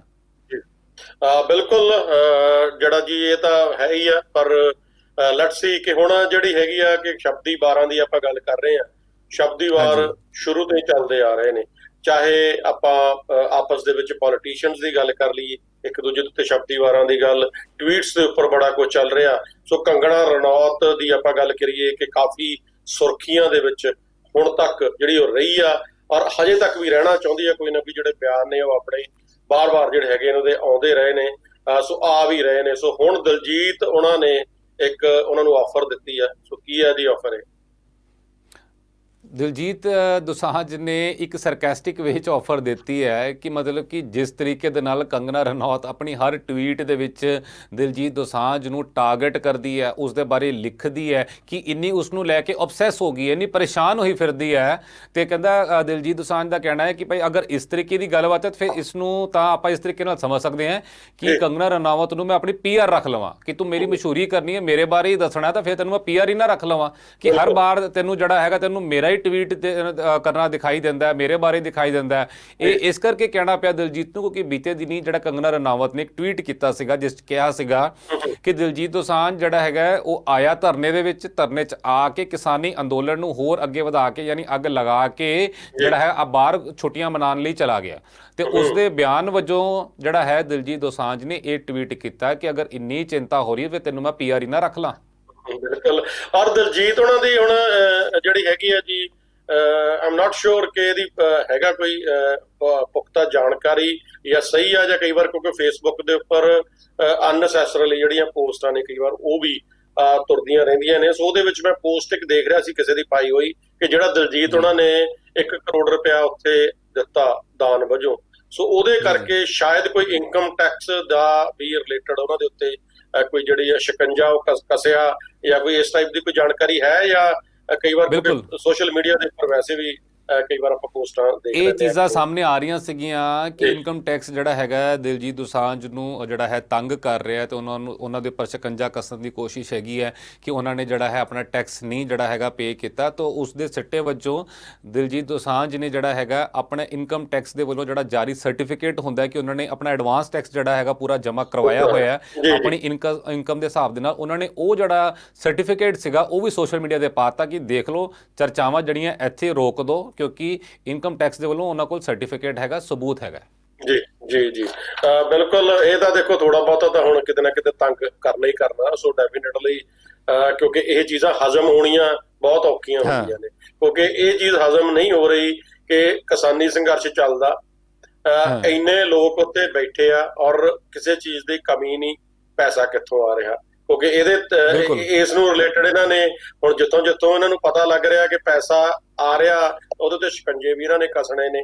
ਜੇ ਦਿਲਜੀਤ ਉਹਨਾਂ ਨੇ ਉੱਤੇ ਹੈਲਪ ਕੀਤੀ ਹੈ ਤਾਂ ਡੈਫੀਨੇਟਲੀ ਉਹਨਾਂ ਦੇ ਉੱਪਰ ਵੀ ਇਨਕਮ ਟੈਕਸ ਜਿਹੜੇ ਵਾਲੇ ਅੱਖਾਂ ਦਿਖਾਉਣਗੇ। ਪਰ ਜਿਹੜਾ ਨਾਲ ਬਾਹਰਲੀਆਂ ਕੰਟਰੀਆਂ ਤੋਂ ਆ ਰਿਹਾ ਉਧਰ ਵੀ ਚੈਕਿੰਗ ਹੋਣੀ ਸ਼ੁਰੂ ਹੋ ਗਈ ਆ, ਉਹਨਾਂ ਦੇ ਖਾਤਿਆਂ ਦੇ ਉੱਤੇ ਵੀ ਨਜ਼ਰ ਰੱਖੀ ਜਾ ਰਹੀ ਹੈ ਕਿ ਬਾਹਰੋਂ ਤਾਂ ਨਹੀਂ ਕੋਈ ਸਪੋਰਟ ਹੋ ਰਹੀ। ਚਾਹੇ ਬਾਹਰੋਂ ਸਪੋਰਟ ਹੋ ਰਹੀ ਆ ਚਾਹੇ ਨਹੀਂ ਹੋ ਰਹੀ ਆ, ਪਰ ਫਿਰ ਵੀ ਜਿਹੜੀਆਂ ਵੀਡੀਓਜ਼ ਨੇ ਉਹ ਇਸ ਲੈਵਲ ਦੀਆਂ ਦਿਖਾਈਆਂ ਜਾ ਰਹੀਆਂ ਨੇ। ਕਿਸੇ ਨੇ ਮੈਨੂੰ ਇੱਕ ਦਿਨ ਵੀਡੀਓ ਸੈਂਡ ਕੀਤੀ, ਸੋ ਉਹਦੇ ਵਿੱਚ ਪਤਾ ਨਹੀਂ ਕੌਣ ਆ, ਹਿੰਦੀ ਬੋਲਦਾ ਜੈਂਟਲਮੈਨ ਆ, ਕਹਿੰਦਾ ਕਿ ਜੀ ਮੈਂ ਕਿਸੇ ਡਿਪਾਰਟਮੈਂਟ ਦੇ ਵਿੱਚ ਆ। ਸੋ ਆਪਣੇ ਆਪ ਹੀ ਇਹ ਗੱਲਾਂ ਨੂੰ ਕਰ ਰਿਹਾ ਕਿ ਜਿਹੜਾ ਜਿੰਨਾ ਵੀ ਇਹ ਪੈਸਾ ਆ ਰਿਹਾ ਇੱਥੇ ਉਹ ਸਾਰਾ ਕੈਨੇਡਾ ਤੋਂ ਆ ਰਿਹਾ। ਹੁਣ ਦੱਸੋ ਇਹਨਾਂ ਲੋਕਾਂ ਦੇ ਕੋਲੇ ਕੀ ਜਾਣਕਾਰੀ ਆ, ਕਿੱਥੋਂ ਇਹ ਆਉਂਦੀ ਆ ਔਰ ਕਿਸ ਹਿਸਾਬ ਦੇ ਨਾਲ ਇਹ ਕਿਆਸ ਰਹੀਆਂ ਲਾ ਕੇ ਆਪਣੇ ਆਪ ਹੀ ਉਹ ਕਰਦੇ ਫਿਰ ਰਹੇ ਨੇ ਕਿ ਜੀ ਜਿਹੜਾ ਪੈਸਾ, ਕਿਉਂਕਿ ਇਹਨਾਂ ਨੇ ਕਿਸੇ ਨਾ ਕਿਸੇ ਤਰੀਕੇ ਦੇ ਨਾਲ ਬਸ ਇਹਨੂੰ ਰੱਖਣਾ ਜੀ ਏਦਾਂ ਹੀ ਕਰਕੇ। ਪਰ ਇੱਕ ਦੁਖਦਾਈ ਖਬਰ ਆ ਜੀ, ਉਹ ਵੀ ਸਾਂਝੀ ਕਰਨੀ ਬਹੁਤ ਜ਼ਰੂਰੀ ਆ, ਕਿਉਂਕਿ ਜਿਵੇਂ ਆਪਾਂ ਪਹਿਲਾਂ ਗੱਲ ਕਰਦੇ ਆ ਕਿ ਹੁਣ ਤੱਕ 60 ਦੇ ਕਰੀਬ ਜਿਹੜੀਆਂ ਮੌਤਾਂ ਨੇ ਉਹ ਹੋ ਚੁੱਕੀਆਂ ਨੇ। ਪਹਿਲਾਂ ਐਵਰੇਜ 1 ਸੀ, ਹੁਣ ਆਲਮੋਸਟ ਐਵਰੇਜ 2 ਹੋ ਗਈ ਆ, ਜਿਹੜੀਆਂ 2-2 ਲਾਸ਼ਾਂ ਤਕਰੀਬਨ ਹਰ ਰੋਜ਼ ਪੰਜਾਬ ਨੂੰ ਜਿਹੜੀਆਂ ਵਾਪਸ ਜਾ ਰਹੀਆਂ ਨੇ ਇਸ ਕਿਸਾਨੀ ਸੰਘਰਸ਼ ਦੇ ਦੌਰਾਨ, ਚਾਹੇ ਉਹ ਦਿਲ ਦੇ ਦੌਰੇ ਪੈਣ ਕਰਨ, ਚਾਹੇ ਉਹ ਕੋਈ ਸੜਕੀ ਹਾਦਸਿਆਂ ਦੇ ਕਾਰਨ ਹੋਣ, ਕੋਈ ਵੀ ਰੀਜ਼ਨ ਹੋ ਸਕਦਾ, ਪਰ ਜਿਹੜਾ ਕਿਸਾਨੀ ਦਾ ਨੁਕਸਾਨ ਆ, ਜਵਾਨੀ ਦਾ ਨੁਕਸਾਨ ਆ, ਉਹ ਬਹੁਤ ਜ਼ਿਆਦਾ ਹੋ ਰਿਹਾ। ਪਰ ਇਹ ਚੀਜ਼ ਹੁਣ ਜਿਵੇਂ ਦੇਖੋ, ਹੁਣ ਜਿਆਣੀ ਸਾਹਿਬ ਤੇ ਹਰਜੀਤ ਗਰੇਵਾਲ ਉੱਥੇ ਗਏ ਨੇ ਕਿ ਉਹਨਾਂ ਲੋਕਾਂ ਨੇ ਇਹ ਚੀਜ਼ਾਂ ਨਹੀਂ ਦੱਸਣੀਆਂ, ਉਹ ਚੀਜ਼ ਤਾਂ ਦੱਸਣੀ ਨਹੀਂ, ਕਿਉਂਕਿ ਇਹਨਾਂ ਨੇ ਤਾਂ ਤੋਤਾ ਰਟਨ ਬੋਲਣਾ, ਜੋ ਗੱਲਾਂ ਬਾਤਾਂ ਹੋਈਆਂ ਪਰ ਉਹਨੂੰ ਕਿਹਾ ਹੋਊਗਾ ਕਿ ਤੁਸੀਂ ਜਾ ਕੇ ਆ ਬਿਆਨ ਦਿਓ, ਕਿ ਉਹਨਾਂ ਨੇ ਆ ਕੇ ਉਹ ਬਿਆਨ ਦਿੱਤੇ ਕਿ ਆਹ ਜਿਹੜੀ ਚੀਜ਼ ਆ ਕਿ ਇੰਨਾ ਜਿਹੜਾ ਜਾਨੀ ਨੁਕਸਾਨ ਹੋ ਰਿਹਾ। ਦੇਖੋ ਮਾਲੀ ਨੁਕਸਾਨ ਨੂੰ ਆਪਾਂ ਫਿਰ ਵੀ ਜਰ ਲਾਂਗੇ, ਪਰ ਜਾਨੀ ਨੁਕਸਾਨ ਦਾ ਘਾਟਾ ਕਿਵੇਂ ਪੂਰਾ ਹੋਊਗਾ ਜਿਨ੍ਹਾਂ ਦੇ ਘਰਾਂ ਦੇ ਜਵਾਕ ਚਲੇ ਗਏ, ਬਜ਼ੁਰਗ ਚਲੇ ਗਏ, ਸੋ ਉਹਨਾਂ ਦਾ ਜਿਹੜਾ ਜਾਨੀ ਘਾਟਾ ਹੈ ਸਰਕਾਰ ਕਿਵੇਂ ਪੂਰਾ ਕਰੇ? ਬਹੁਤ ਔਖਾ ਜੀ, ਇਹ ਨਾ ਪੂਰਾ ਹੋਣ ਵਾਲਾ ਘਾਟਾ ਹੈਗਾ। ਤੁਸੀਂ ਦੇਖੋ ਬਠਿੰਡੇ ਜ਼ਿਲ੍ਹੇ ਦਾ ਮੰਡੀ ਕਲਾਂ ਦਾ ਨੌਜਵਾਨ ਸੀਗਾ, 24 ਸਾਲ ਦਾ ਸੀਗਾ। ਦੇਖੋ ਦਿੱਲੀ ਦੇ ਮੋਰਚੇ ਤੋਂ ਘਰ ਪਰਤ ਰਿਹਾ ਸੀਗਾ ਤੇ ਘਰੇ ਜਿਹੜਾ ਹੈ ਉਸਦੀ ਆ ਕੇ ਮੌਤ ਹੋ ਗਈ, ਠੰਡ ਦੇ ਕਰਕੇ ਹੋਈ, ਹਾਰਟ ਅਟੈਕ ਹੋਇਆ। ਪਰ ਤੁਸੀਂ ਦੇਖੋ ਬਜ਼ੁਰਗ ਵੀ ਜਾ ਰਹੇ ਨੇ, ਨੌਜਵਾਨ ਵੀ ਜਾ ਰਹੇ ਤੇ ਬਚ ਕੋਈ ਵੀ ਨਹੀਂ ਰਿਹਾ। ਠੰਡ ਬਹੁਤ ਜ਼ਿਆਦਾ ਹੈਗੀ। ਤੁਸੀਂ ਮੌਸਮ ਦੀ ਗੱਲ ਕੀਤੀ ਸੀ ਤੇ ਮੌਸਮ ਅੱਜ ਵੀ ਖਰਾਬ ਸੀਗਾ। ਅੱਜ ਵੀ ਜਿਹੜਾ ਹੈਗਾ ਸਾਰਾ ਦਿਨ ਜਿਹੜਾ ਹੈ ਮੀਂਹ ਪੈਂਦਾ ਰਿਹਾ, ਦਿੱਲੀ ਵਾਲੇ ਮੋਰਚੇ ਪਾਸੇ ਜਿਹੜਾ ਹੈ ਮੀਂਹ ਪੈਂਦਾ ਰਿਹਾ। ਹੁਣ ਇੱਥੇ ਨੁਕਸਾਨ ਵੱਡੇ ਪੈਮਾਨੇ ਦੇ ਉੱਪਰ ਹੋ ਰਿਹਾ। ਹੁਣ ਜਿਹੜਾ ਕੱਲ ਦਾ ਦਿਨ ਹੈਗਾ, ਦਰਸ਼ਕਾਂ ਨੂੰ ਦੱਸ ਦਈਏ, ਕੱਲ ਵੱਡਾ ਜਿਹੜਾ ਟਰੈਕਟਰ ਮਾਰਚ ਕੱਢਿਆ ਜਾਣਾ। ਕੱਲ ਇੰਪੋਰਟੈਂਟ ਡੇ ਹੈਗਾ, ਕੱਲ ਟਰੈਕਟਰ ਮਾਰਚ ਕੱਢਿਆ ਜਾਣਾ ਹੈਗਾ। ਦਿੱਲੀ ਦੇ 4 ਪਾਸਿਆਂ ਤੋਂ ਇਹ ਟਰੈਕਟਰ ਮਾਰਚ ਜਿਹੜਾ ਹੈਗਾ ਉਹ ਤੁਰੇਗਾ। ਟਿਕਰੀ ਬਾਰਡਰ ਤੋਂ, ਸਿੰਘੂ ਬਾਰਡਰ ਤੋਂ, ਪਲਵਲ ਵਾਲੇ ਪਾਸਿਓਂ, ਗਾਜ਼ੀਪੁਰ ਤੋਂ, ਇਹ ਸਾਰੇ ਪਾਸਿਆਂ ਤੋਂ ਜਿਹੜਾ ਹੈਗਾ ਇਹ ਟਰੈਕਟਰ ਮਾਰਚ ਜਿਹੜਾ ਤੁਰਨਾ। ਤੇ ਉਸ ਦੇ ਲਈ ਜਿਹੜਾ ਹੈਗਾ ਹਜ਼ਾਰਾਂ ਦੀ ਗਿਣਤੀ ਦੇ ਵਿੱਚ ਜਿਹੜੇ ਟਰੈਕਟਰ ਨੇ ਉਹ ਜਿਹੜੇ ਨੇ ਉਹ ਮਾਰਚ ਕਰਨਗੇ ਵੱਖਰੇ ਵੱਖਰੇ ਪਾਸਿਆਂ ਤੋਂ ਤੇ ਇਕੱਠੇ ਹੋਣਗੇ। ਤੇ ਤੁਸੀਂ ਮੰਨ ਕੇ ਚੱਲੋ, ਨਾ ਚਾਹੁੰਦੇ ਹੋਏ ਵੀ ਤਕਰੀਬਨ 5000 ਤੋਂ ਵਧੇਰੇ ਜਿਹੜੇ ਟਰੈਕਟਰ ਨੇ ਉਹ ਜਿਹੜੇ ਹੈ ਇਸ ਮਾਰਚ ਵਿੱਚ ਸ਼ਾਮਿਲ ਹੋਣਗੇ ਤੇ ਵੱਡੀ ਗਿਣਤੀ 'ਚ ਲੋਕ ਵੀ ਸ਼ਾਮਿਲ ਹੋਣਗੇ। ਹੁਣ ਇੰਨਾ ਕੁਝ ਹੋ ਰਿਹਾ ਕਿਉਂਕਿ ਲੜਾਈ ਵੱਡੀ ਹੈਗੀ ਹੈ। ਕਿਉਂਕਿ ਆਉਣ ਵਾਲੇ ਸਮੇਂ ਦੇ ਵਿੱਚ ਜਿਸ ਤਰੀਕੇ ਕਿਸਾਨ ਜਥੇਬੰਦੀਆਂ ਨੇ ਜਦੋਂ ਬੀਤੇ ਦਿਨੀ ਪ੍ਰੈਸ ਕਾਨਫਰੰਸ ਕੀਤੀ ਤਾਂ ਦੱਸਿਆ ਕਿ ਇਹ ਮਾਮਲਾ ਇੰਨੀ ਛੇਤੀ ਨਿਬੜਦਾ ਹੋਇਆ ਦਿਖਾਈ ਨਹੀਂ ਦੇ ਰਿਹਾ, ਕਿਉਂਕਿ ਸਰਕਾਰ ਉਹਨਾਂ ਨੂੰ ਉਨੇ ਸੀਰੀਅਸਲੀ ਨਹੀਂ ਲੈ ਰਹੀ। ਕਿਉਂਕਿ ਜਦੋਂ ਤੁਹਾਨੂੰ ਮੰਤਰੀ ਹੀ ਖੁਦ ਕਹਿ ਦੇਵੇ ਕਿ ਦੇਖ ਲਓ ਇਹ ਆਖਰੀ ਗੱਲ ਹੈ, ਤੁਸੀਂ ਮੰਨ ਕੇ ਹੀ ਰਹੋਗੇ, ਤੁਸੀਂ ਰੱਦ ਕਰਵਾ ਕੇ ਰਹੋਗੇ, ਇਹੀ ਤੁਹਾਡਾ ਆਖਰੀ ਫੈਸਲਾ ਹੈਗਾ, ਮਤਲਬ ਕਿ 8ਵੇਂ ਦੌਰ ਦੀ ਬੈਠਕ ਤੋਂ ਬਾਅਦ ਵੀ ਤੁਸੀਂ ਇਹੀ ਗੱਲ ਹੀ ਕਰ ਰਹੇ ਹੋ, ਸੋਚੋ ਕਿ ਕਿੰਨੀ ਸੀਰੀਅਸ ਹੋਏਗੀ ਸਰਕਾਰ। ਬਿਲਕੁਲ। ਔਰ ਕੋਈ ਟ੍ਰੈਫਿਕ ਐਡਵਾਈਜ਼ਰੀ ਜਾਰੀ ਕੀਤੀ ਹੈ ਜੀ ਹੁਣ ਤੱਕ? ਕਿਉਂਕਿ ਡੈਫੀਨਿਟਲੀ ਅਗਰ 5000 ਤੋਂ ਜ਼ਿਆਦਾ ਟਰੈਕਟਰ ਰੋਡਸ ਦੇ ਉੱਪਰ ਹੋਏਗਾ ਤਾਂ ਡੈਫੀਨਿਟਲੀ ਇੱਕ ਵਾਰ ਤਾਂ ਦਿੱਲੀ ਦੇ ਉੱਤੇ ਅਸਰ ਹੋਣਾ ਹੀ ਹੋਣਾ। ਬਿਲਕੁਲ ਹੋਏਗਾ। ਤੇ ਇਸ ਦੀ ਟ੍ਰੈਫਿਕ ਐਡਵਾਈਜ਼ਰੀ ਜਿਹੜੀ ਵੱਖ-ਵੱਖ ਸੂਬੇ ਦੀਆਂ ਜਿਹੜੀ ਸਰਕਾਰਾਂ ਉਹਨਾਂ ਦੇ ਵੱਲੋਂ ਜਾਰੀ ਵੀ ਕਰ ਦਿੱਤੀ ਗਈ ਹੈ। ਤੇ ਦੂਜੇ ਪਾਸੇ ਜਿਹੜੀ ਵੱਡੀ ਖਬਰ ਕਮਨ ਜੀ ਤੁਸੀਂ ਕਿਹਾ ਸੀਗਾ ਕਿ ਹੁਣ ਜਿਹੜਾ ਇੱਕ ਵੀਡੀਓ ਸੀਗਾ ਉਹਦੇ 'ਚ ਕਿਹਾ ਜਾ ਰਿਹਾ ਸੀਗਾ ਪੈਸਾ ਜਿਹੜਾ ਕੈਨੇਡਾ ਤੋਂ ਆ ਰਿਹਾ, ਹੁਣੇ ਦੀ ਜਿਹੜੀ ਖਬਰ ਆਈ ਹੈ ਇਹ ਆਪਣੇ DSGMC ਦੇ ਜਿਹੜੇ ਪ੍ਰਧਾਨ ਨੇ ਸਿਰਸਾ ਸਾਹਿਬ, ਉਹਨਾਂ ਨੇ ਜਿਹੜੀ ਹੈ ਖਬਰ ਜਿਹੜੀ ਇਹ ਪਾਈ ਹੈ ਕਿ ਰਮਨਦੀਪ ਬਰਾੜ ਨੇ ਤੁਹਾਡੇ ਬਰੈਂਪਟਨ ਦੇ, ਇਹ ਤੁਹਾਡੇ MP ਦੇ ਚੋਣ ਵੀ ਲੜੇ ਸੀਗੇ ਵਿਰੋਧੀ ਪਾਰਟੀ ਦੇ ਵੱਲੋਂ ਤੇ ਹਾਰ ਗਏ ਸੀਗੇ। ਤੇ ਇਸ ਵੇਲੇ ਇਹ ਜਿਹੜਾ ਹੈ ਇੱਥੇ ਮੋਰਚੇ ਦੇ ਵਿੱਚ ਆਏ ਹੋਏ ਨੇ, ਕਿਸਾਨਾਂ ਨੂੰ ਸਪੋਰਟ ਕਰ ਰਹੇ NRIs ਦੇ ਵਜੋਂ ਤੇ ਕਿਸਾਨਾਂ ਵਜੋਂ, ਕਿ ਉਹ ਵੀ ਕਿਸਾਨ ਵੀ ਹੈਗੇ ਤੇ ਕਿਸਾਨ ਪਰਿਵਾਰ ਤੋਂ ਤਾਲੁਕ ਰੱਖਦੇ ਨੇ। ਉਹਨਾਂ ਨੂੰ ਜਿਹੜਾ ਹੈਗਾ ਨੈਸ਼ਨਲ ਮੇਨ ਸਟ੍ਰੀਮ ਮੀਡੀਆ ਜਿਹੜਾ ਹੈਗਾ ਉਹ ਜਿਹੜਾ ਹੈਗਾ ਬਾਹਰ ਦਾ ਜਿਹੜਾ ਵੱਖਵਾਦੀ ਤੇ ਉਹਨਾਂ ਉਸ ਤਰੀਕੇ ਨਾਲ ਪ੍ਰਚਾਰ ਕਰ ਰਿਹਾ ਕਿ ਬਾਹਰ ਦੇ ਲੋਕ ਆ ਕੇ, ਕੈਨੇਡਾ ਦੇ ਲੋਕ ਆ ਕੇ ਇੱਥੇ ਜਿਹੜਾ ਹੈਗਾ ਇਸ ਅੰਦੋਲਨ ਨੂੰ ਹਵਾ ਦੇ ਰਹੇ ਆ, ਇਸ ਨੂੰ ਗਲਤ ਰਾਹ ਤੇ ਪਾ ਰਹੇ ਆ। ਸੋ ਇਹ ਮਤਲਬ ਕਿ ਹੁਣ ਸਿਰਸਾ ਸਾਹਿਬ ਨੇ ਜਿਹੜੀ ਆਪਣਾ ਟਵੀਟ ਵੀ ਕੀਤਾ ਤੇ ਇੱਕ ਵੀਡੀਓ ਵੀ ਬਿਆਨ ਜਾਰੀ ਕੀਤਾ ਕਿ ਉਹ ਪਰਸਨਲੀ ਇਹਨਾਂ ਨੂੰ ਜਾਣਦੇ ਵੀ ਨੇ ਤੇ ਉਹਨਾਂ ਦਾ ਕੋਈ ਅਜਿਹੀਆਂ ਐਕਟੀਵਿਟੀਜ਼ 'ਚ ਕੋਈ ਲੈਣ ਦੇਣ ਨਹੀਂ। ਅਗਰ ਕੇਂਦਰ ਸਰਕਾਰ ਜਿਹੜੀ ਹੈ ਕੋਈ ਗਵਾਹੀ ਚਾਹੁੰਦੀ ਹੈ ਤੇ ਉਹ ਵੀ ਉਹ ਭਰ ਸਕਦੇ ਆ, ਉਹਨਾਂ ਦੇ ਬਾਰੇ ਦੇ ਸਕਦੇ ਆ, ਕੋਈ ਐਂਟੀ ਸੋਸ਼ਲ ਐਲੀਮੈਂਟ ਉਹ ਨਹੀਂ ਹੈਗੇ।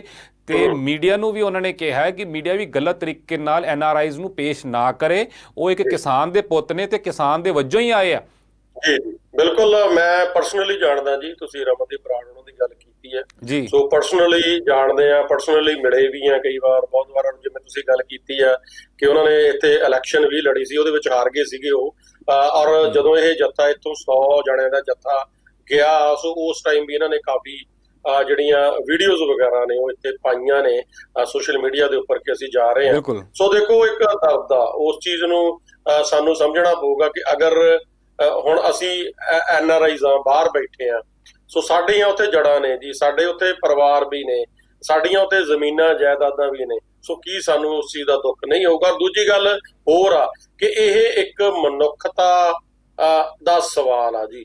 ਇਹ ਕੱਲਾ ਪੰਜਾਬ ਦਾ ਜਾਂ ਕੱਲਾ ਭਾਰਤ ਦਾ ਜਾਂ ਕੱਲੇ ਕਿਸਾਨਾਂ ਦਾ ਜਿਹੜਾ ਦੁੱਖ ਆ ਉਹ ਨਹੀਂ ਹੈਗਾ। ਅਗਰ ਦੁਨੀਆ ਦੇ ਵਿੱਚ ਕਿਤੇ ਵੀ ਕੋਈ ਵੀ ਮਨੁੱਖਤਾ ਦਾ ਘਾਣ ਹੁੰਦਾ, ਚਾਹੇ ਕੋਈ ਵੀ ਗਵਰਨਮੈਂਟ ਉਹ ਕਿਤੇ ਵੀ ਕਰਦੀ ਆ, ਸੋ ਸਾਡਾ ਸਾਰਿਆਂ ਦਾ ਇੱਕ ਅਖਲਾਕੀ ਫਰਜ਼ ਆ ਜਿਹੜਾ ਜੀ ਉਹ ਬਣ ਜਾਂਦਾ। ਫਰਜ਼ ਦੇ ਨਾਤੇ NRI ਨੇ ਜਿਹੜੇ ਹੈਲਪ ਕਰਦੇ ਨੇ, ਔਰ ਕਰਨਾ ਬਣਦਾ ਵੀ ਆ। ਮੈਨੂੰ ਲੱਗਦਾ ਉਹਦੇ ਵਿੱਚ ਗਲਤ ਵੀ ਕੁਝ ਨਹੀਂ ਹੈਗਾ।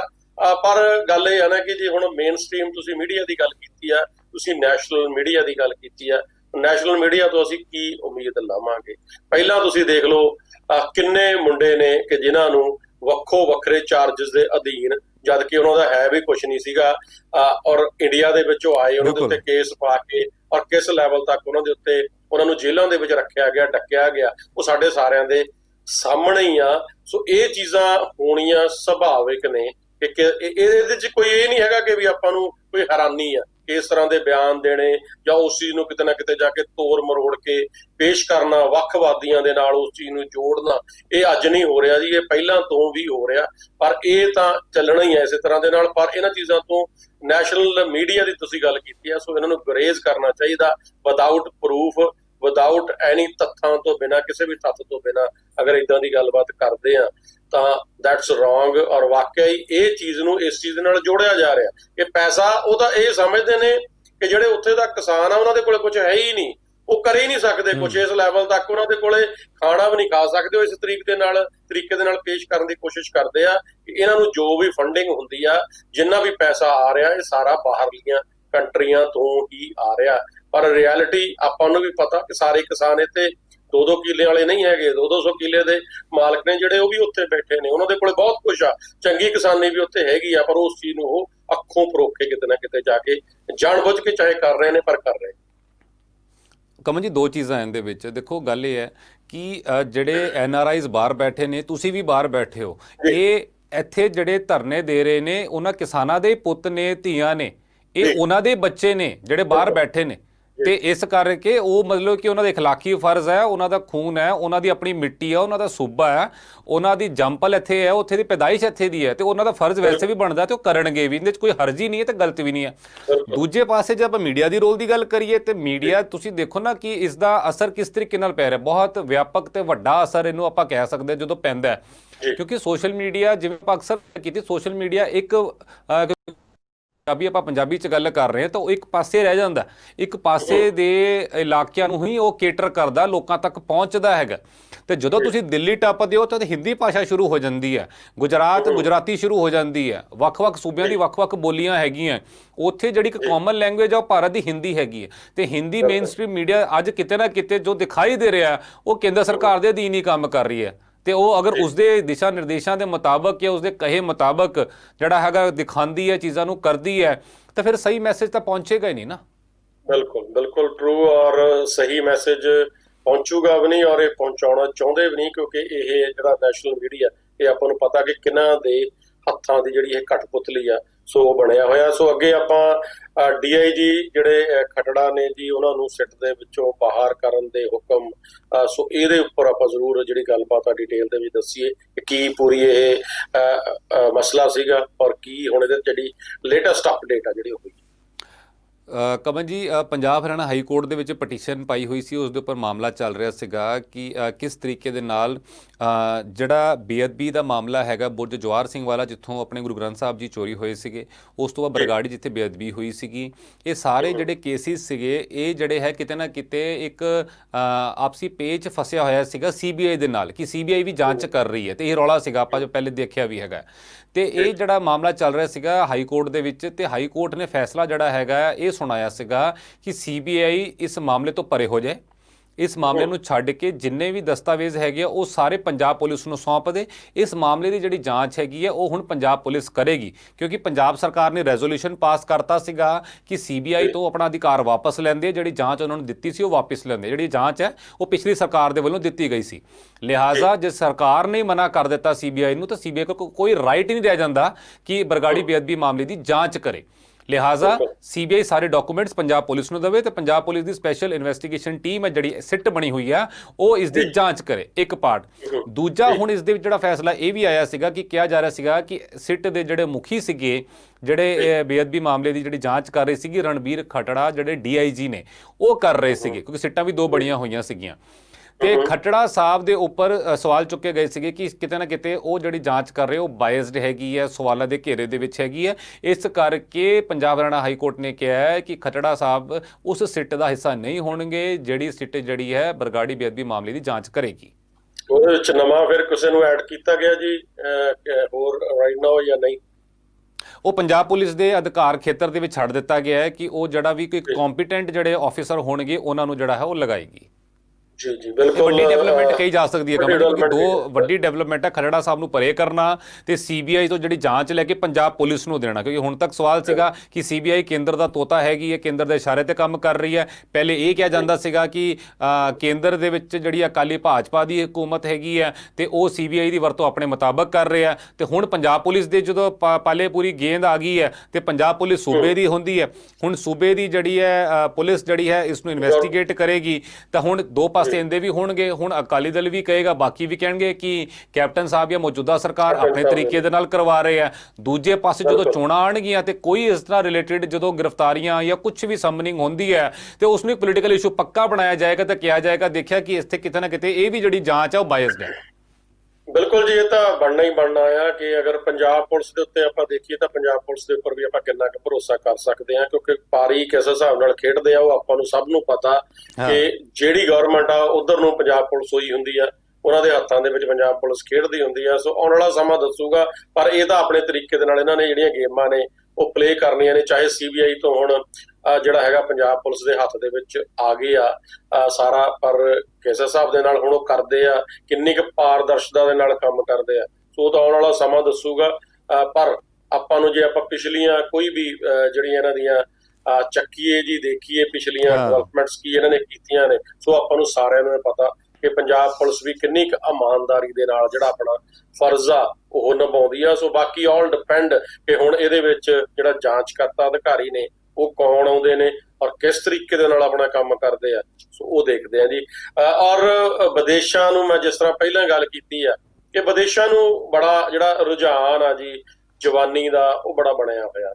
ਬੜੇ ਜਿਹੜੇ ਯੰਗਸਟਰਸ ਨੇ ਉਹ ਸਾਰੇ ਵਿਦੇਸ਼ਾਂ ਨੂੰ ਭੱਜ ਰਹੇ ਨੇ, ਚਾਹੇ ਉਹ ਸਟੱਡੀ ਬੇਸ ਦੇ ਉੱਤੇ ਹੋਣ, ਚਾਹੇ ਉਹ ਕਿਸੇ ਹੋਰ ਜ਼ਰੀਏ, ਜਿਸ ਹਿਸਾਬ ਨਾਲ ਵੀ ਉਹਨਾਂ ਨੂੰ ਰਾਹ ਆਪਣਾ ਕੋਈ ਲੱਭਦਾ, ਸੋ ਉਹ ਵਿਦੇਸ਼ਾਂ ਨੂੰ ਜਾਂਦੇ ਨੇ। ਸੋ ਪਿੱਛੇ ਚਲੋ ਕਰੋਨਾ ਕਰਕੇ ਥੋੜਾ ਬਹੁਤ ਖੜੋਤ ਵੀ ਆਈ, ਪਰ ਹੁਣ ਜਿਹੜੀ ਕੋਈ ਖੁਸ਼ਖਬਰੀ ਹੈਗੀ ਆ ਪੜ੍ਹਨ ਵਾਲਿਆਂ ਵਾਸਤੇ ਜਿਹੜੇ ਪੜ੍ਹਨ ਜਾ ਰਹੇ ਨੇ ਵਿਦੇਸ਼ਾਂ ਦੇ ਵਿੱਚ। ਸੋ ਕੀ ਹੈ ਜੀ ਪੂਰੀ ਇਹ ਨਿਊਜ਼?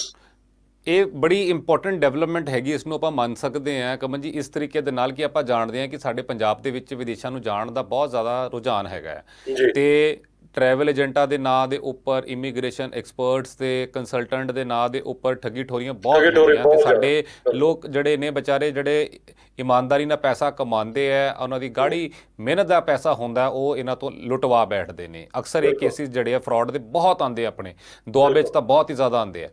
ਤੇ ਇਸ ਚੀਜ਼ ਨੂੰ ਵੇਖਦਿਆਂ ਹੋਇਆਂ ਸਰਕਾਰ ਨੇ ਇੱਕ ਜਿਹੜੀ ਚੰਗੀ ਪਹਿਲ ਆਪਾਂ ਇਸ ਨੂੰ ਕਹਿ ਸਕਦੇ ਕਿ 15 ਫਰਵਰੀ ਤੋਂ ਸਟੂਡੈਂਟ ਪਲੇਸਮੈਂਟ ਅਤੇ ਸਟੱਡੀ ਸੈੱਲ ਜਿਹੜਾ ਓਪਨ ਹੋ ਰਿਹਾ। ਉੱਥੇ ਬੱਚਿਆਂ ਨੂੰ ਬਾਹਰ ਪੜ੍ਹਾਈ ਕਿਸ ਤਰੀਕੇ ਨਾਲ ਕਰਨੀ ਹੈ, ਕਿਹੜੇ ਕਾਲਜਾਂ ਤੇ ਐਡਮਿਸ਼ਨ ਉੱਥੇ ਉਹਨਾਂ ਨੇ ਕਰਵਾਉਣੀ ਹੈਗੀ ਹੈ ਤੇ ਉਹਨਾਂ ਦੀ ਪਲੇਸਮੈਂਟ ਕਿਵੇਂ ਹੋਏਗੀ, ਇਸ ਚੀਜ਼ ਨੂੰ ਲੈ ਕੇ ਜਿਹੜਾ ਹੈ ਸਰਕਾਰ ਗਾਈਡ ਕਰੇਗੀ।